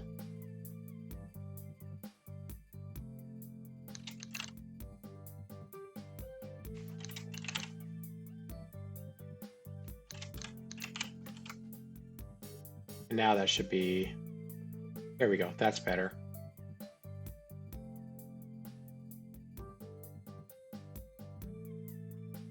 And this returns void, but that needs to go there.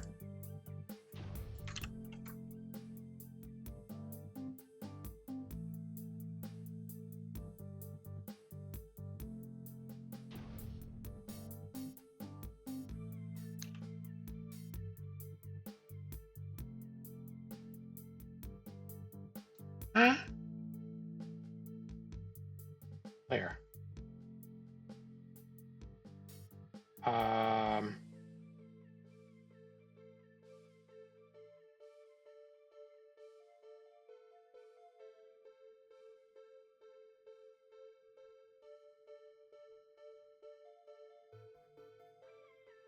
What am I doing wrong on that? Doesn't return anything.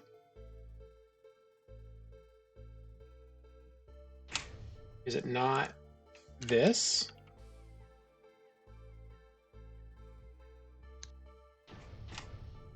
Hermakers.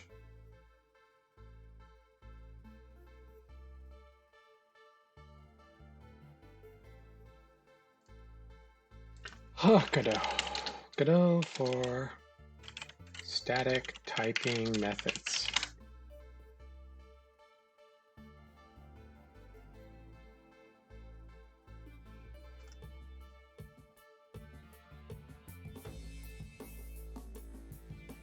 Oh, that's why. There we go. So that returns nothing. This returns nothing. So we'll go like that. Process delta. Move. And you. Okay.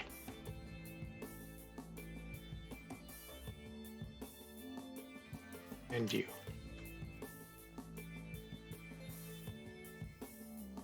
Okay.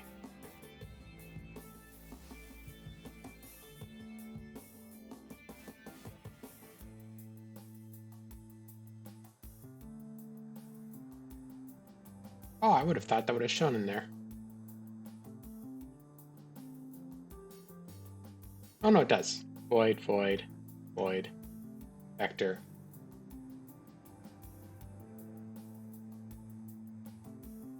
That's better. Set texture. Good. Whew.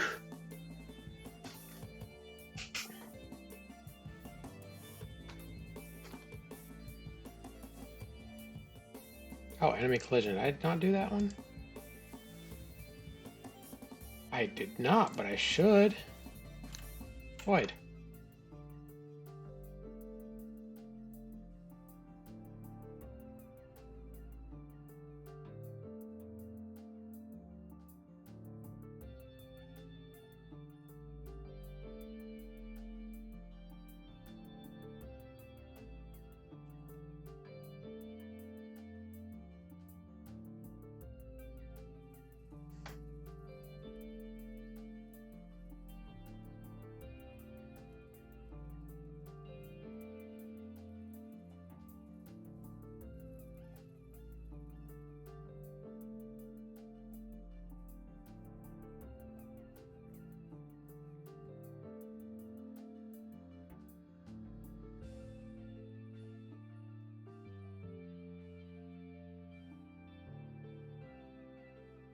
Okay.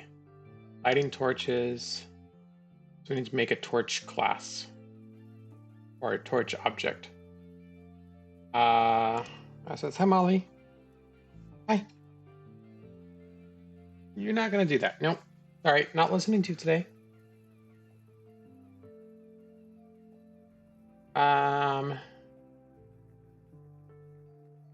We'll do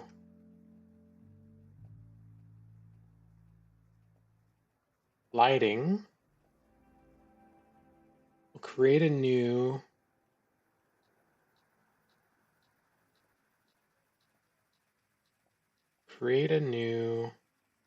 scene.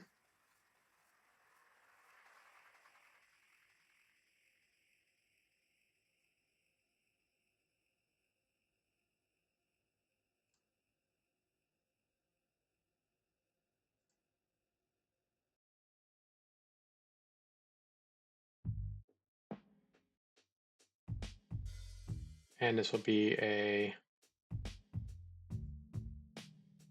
static.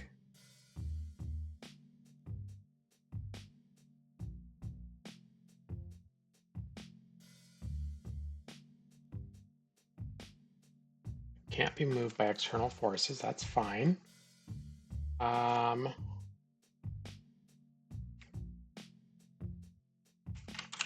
Torch.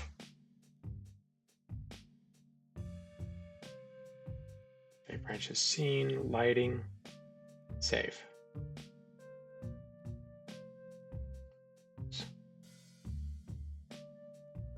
Actually, I'll leave it for now. But let's open up this. And we'll attach a script. And this will be torch.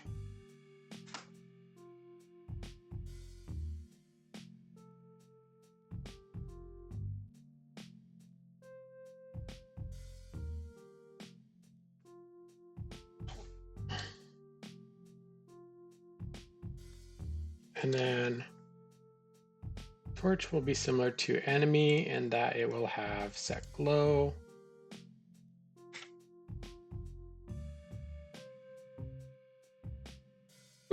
Excuse me, hiccup.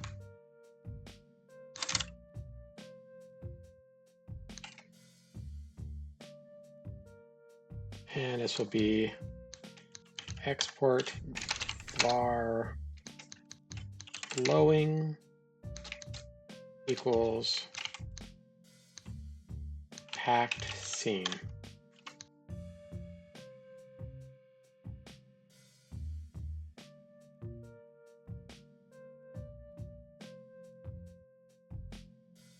And so this will be that. And torch, add child node, sprite. This will be a texture. And this will be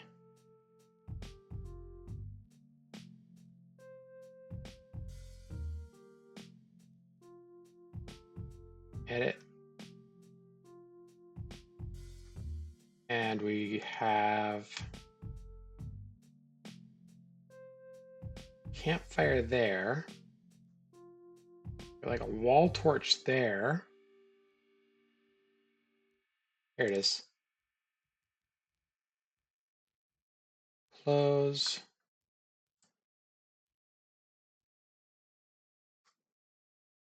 Okay. And now we need add child node, and we need a collision shape 2D, which will be a rectangle shape.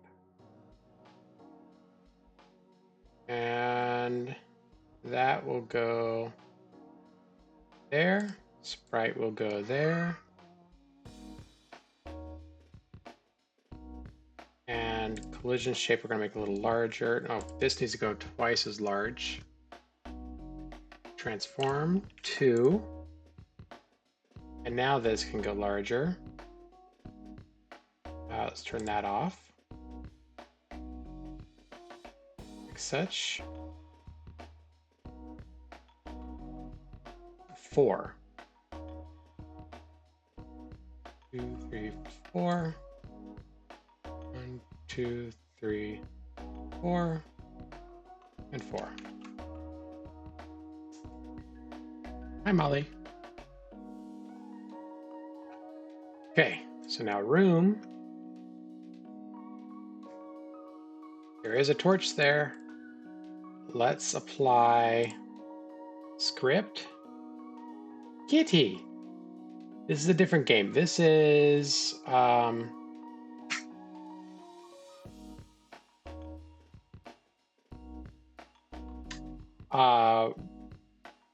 Rogue Duck. It's a roguelike, or Godot Jam. I think I linked it to you, Godot Jam, or Godot Wild Jam 72. And so we're going to say, for right now, I'm going to leave that pass there. We're going to set glow, and this will be 3, range of 3, and we're not going to recognize shadows. We'll go like that. Okay.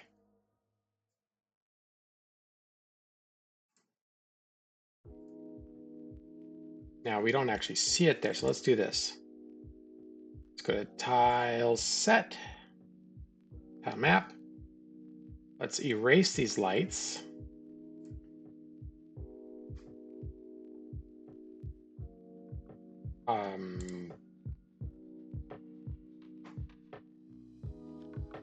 One, two, three, four. And then we're gonna move you, oh, not you.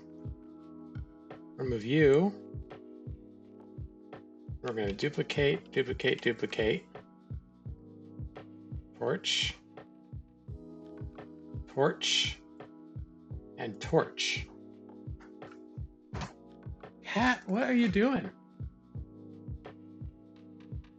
You're weird. Okay, that's nice and bright, but too bright for us right now. So we're gonna go over to torch, we're gonna go to script, we're gonna say intensity 1, range 3, no shadows. Range 2.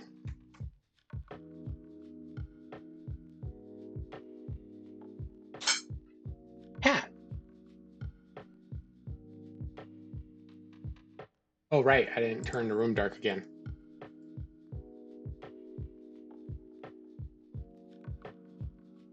Okay, so I can turn that back up. Range 3.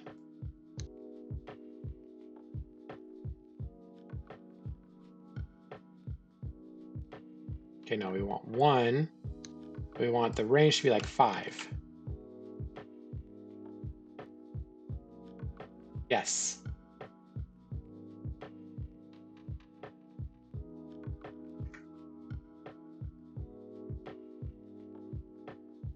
Come on.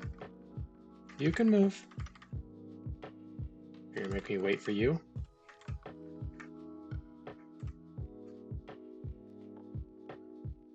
Okay.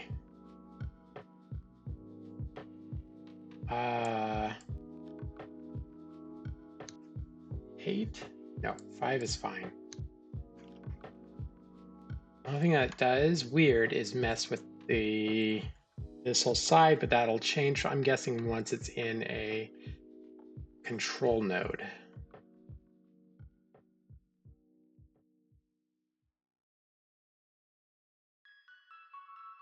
Okay.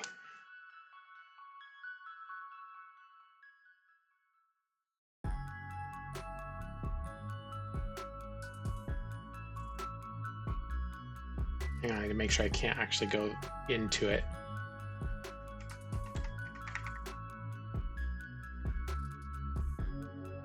Come on. Thank you.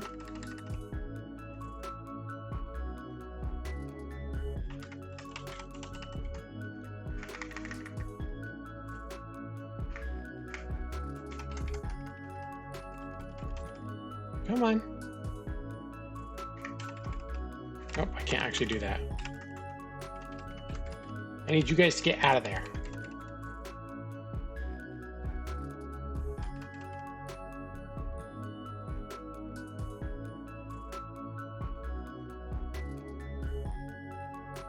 Duck. Duck, get out of there.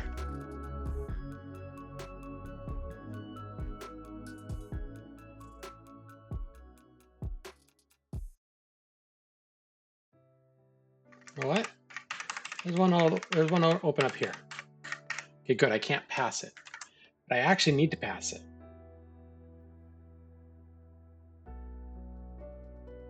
So that means we need to type area 2D. Attach change type. Area 2D. Area 2D. Save. Do this.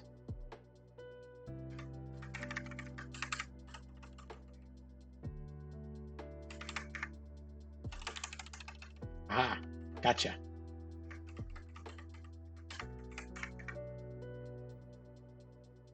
I'm almost.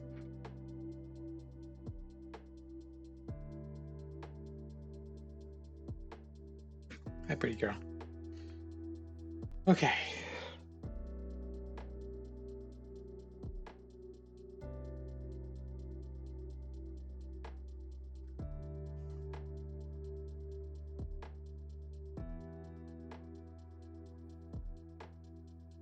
All right. I think I'm going to call it good here. I want to thank everyone for hanging out today, working through what we have so far.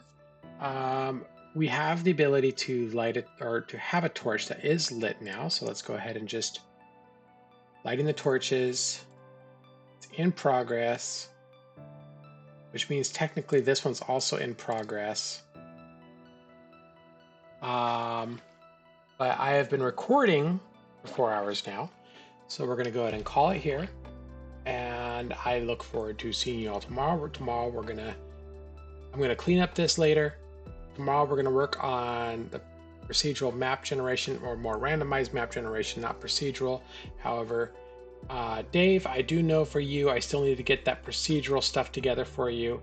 I will be working with a procedural thing here in the near future, and I will make sure it is recorded so that you have a reference. We're also going to work on the mini map and player stats. So we are mostly on track.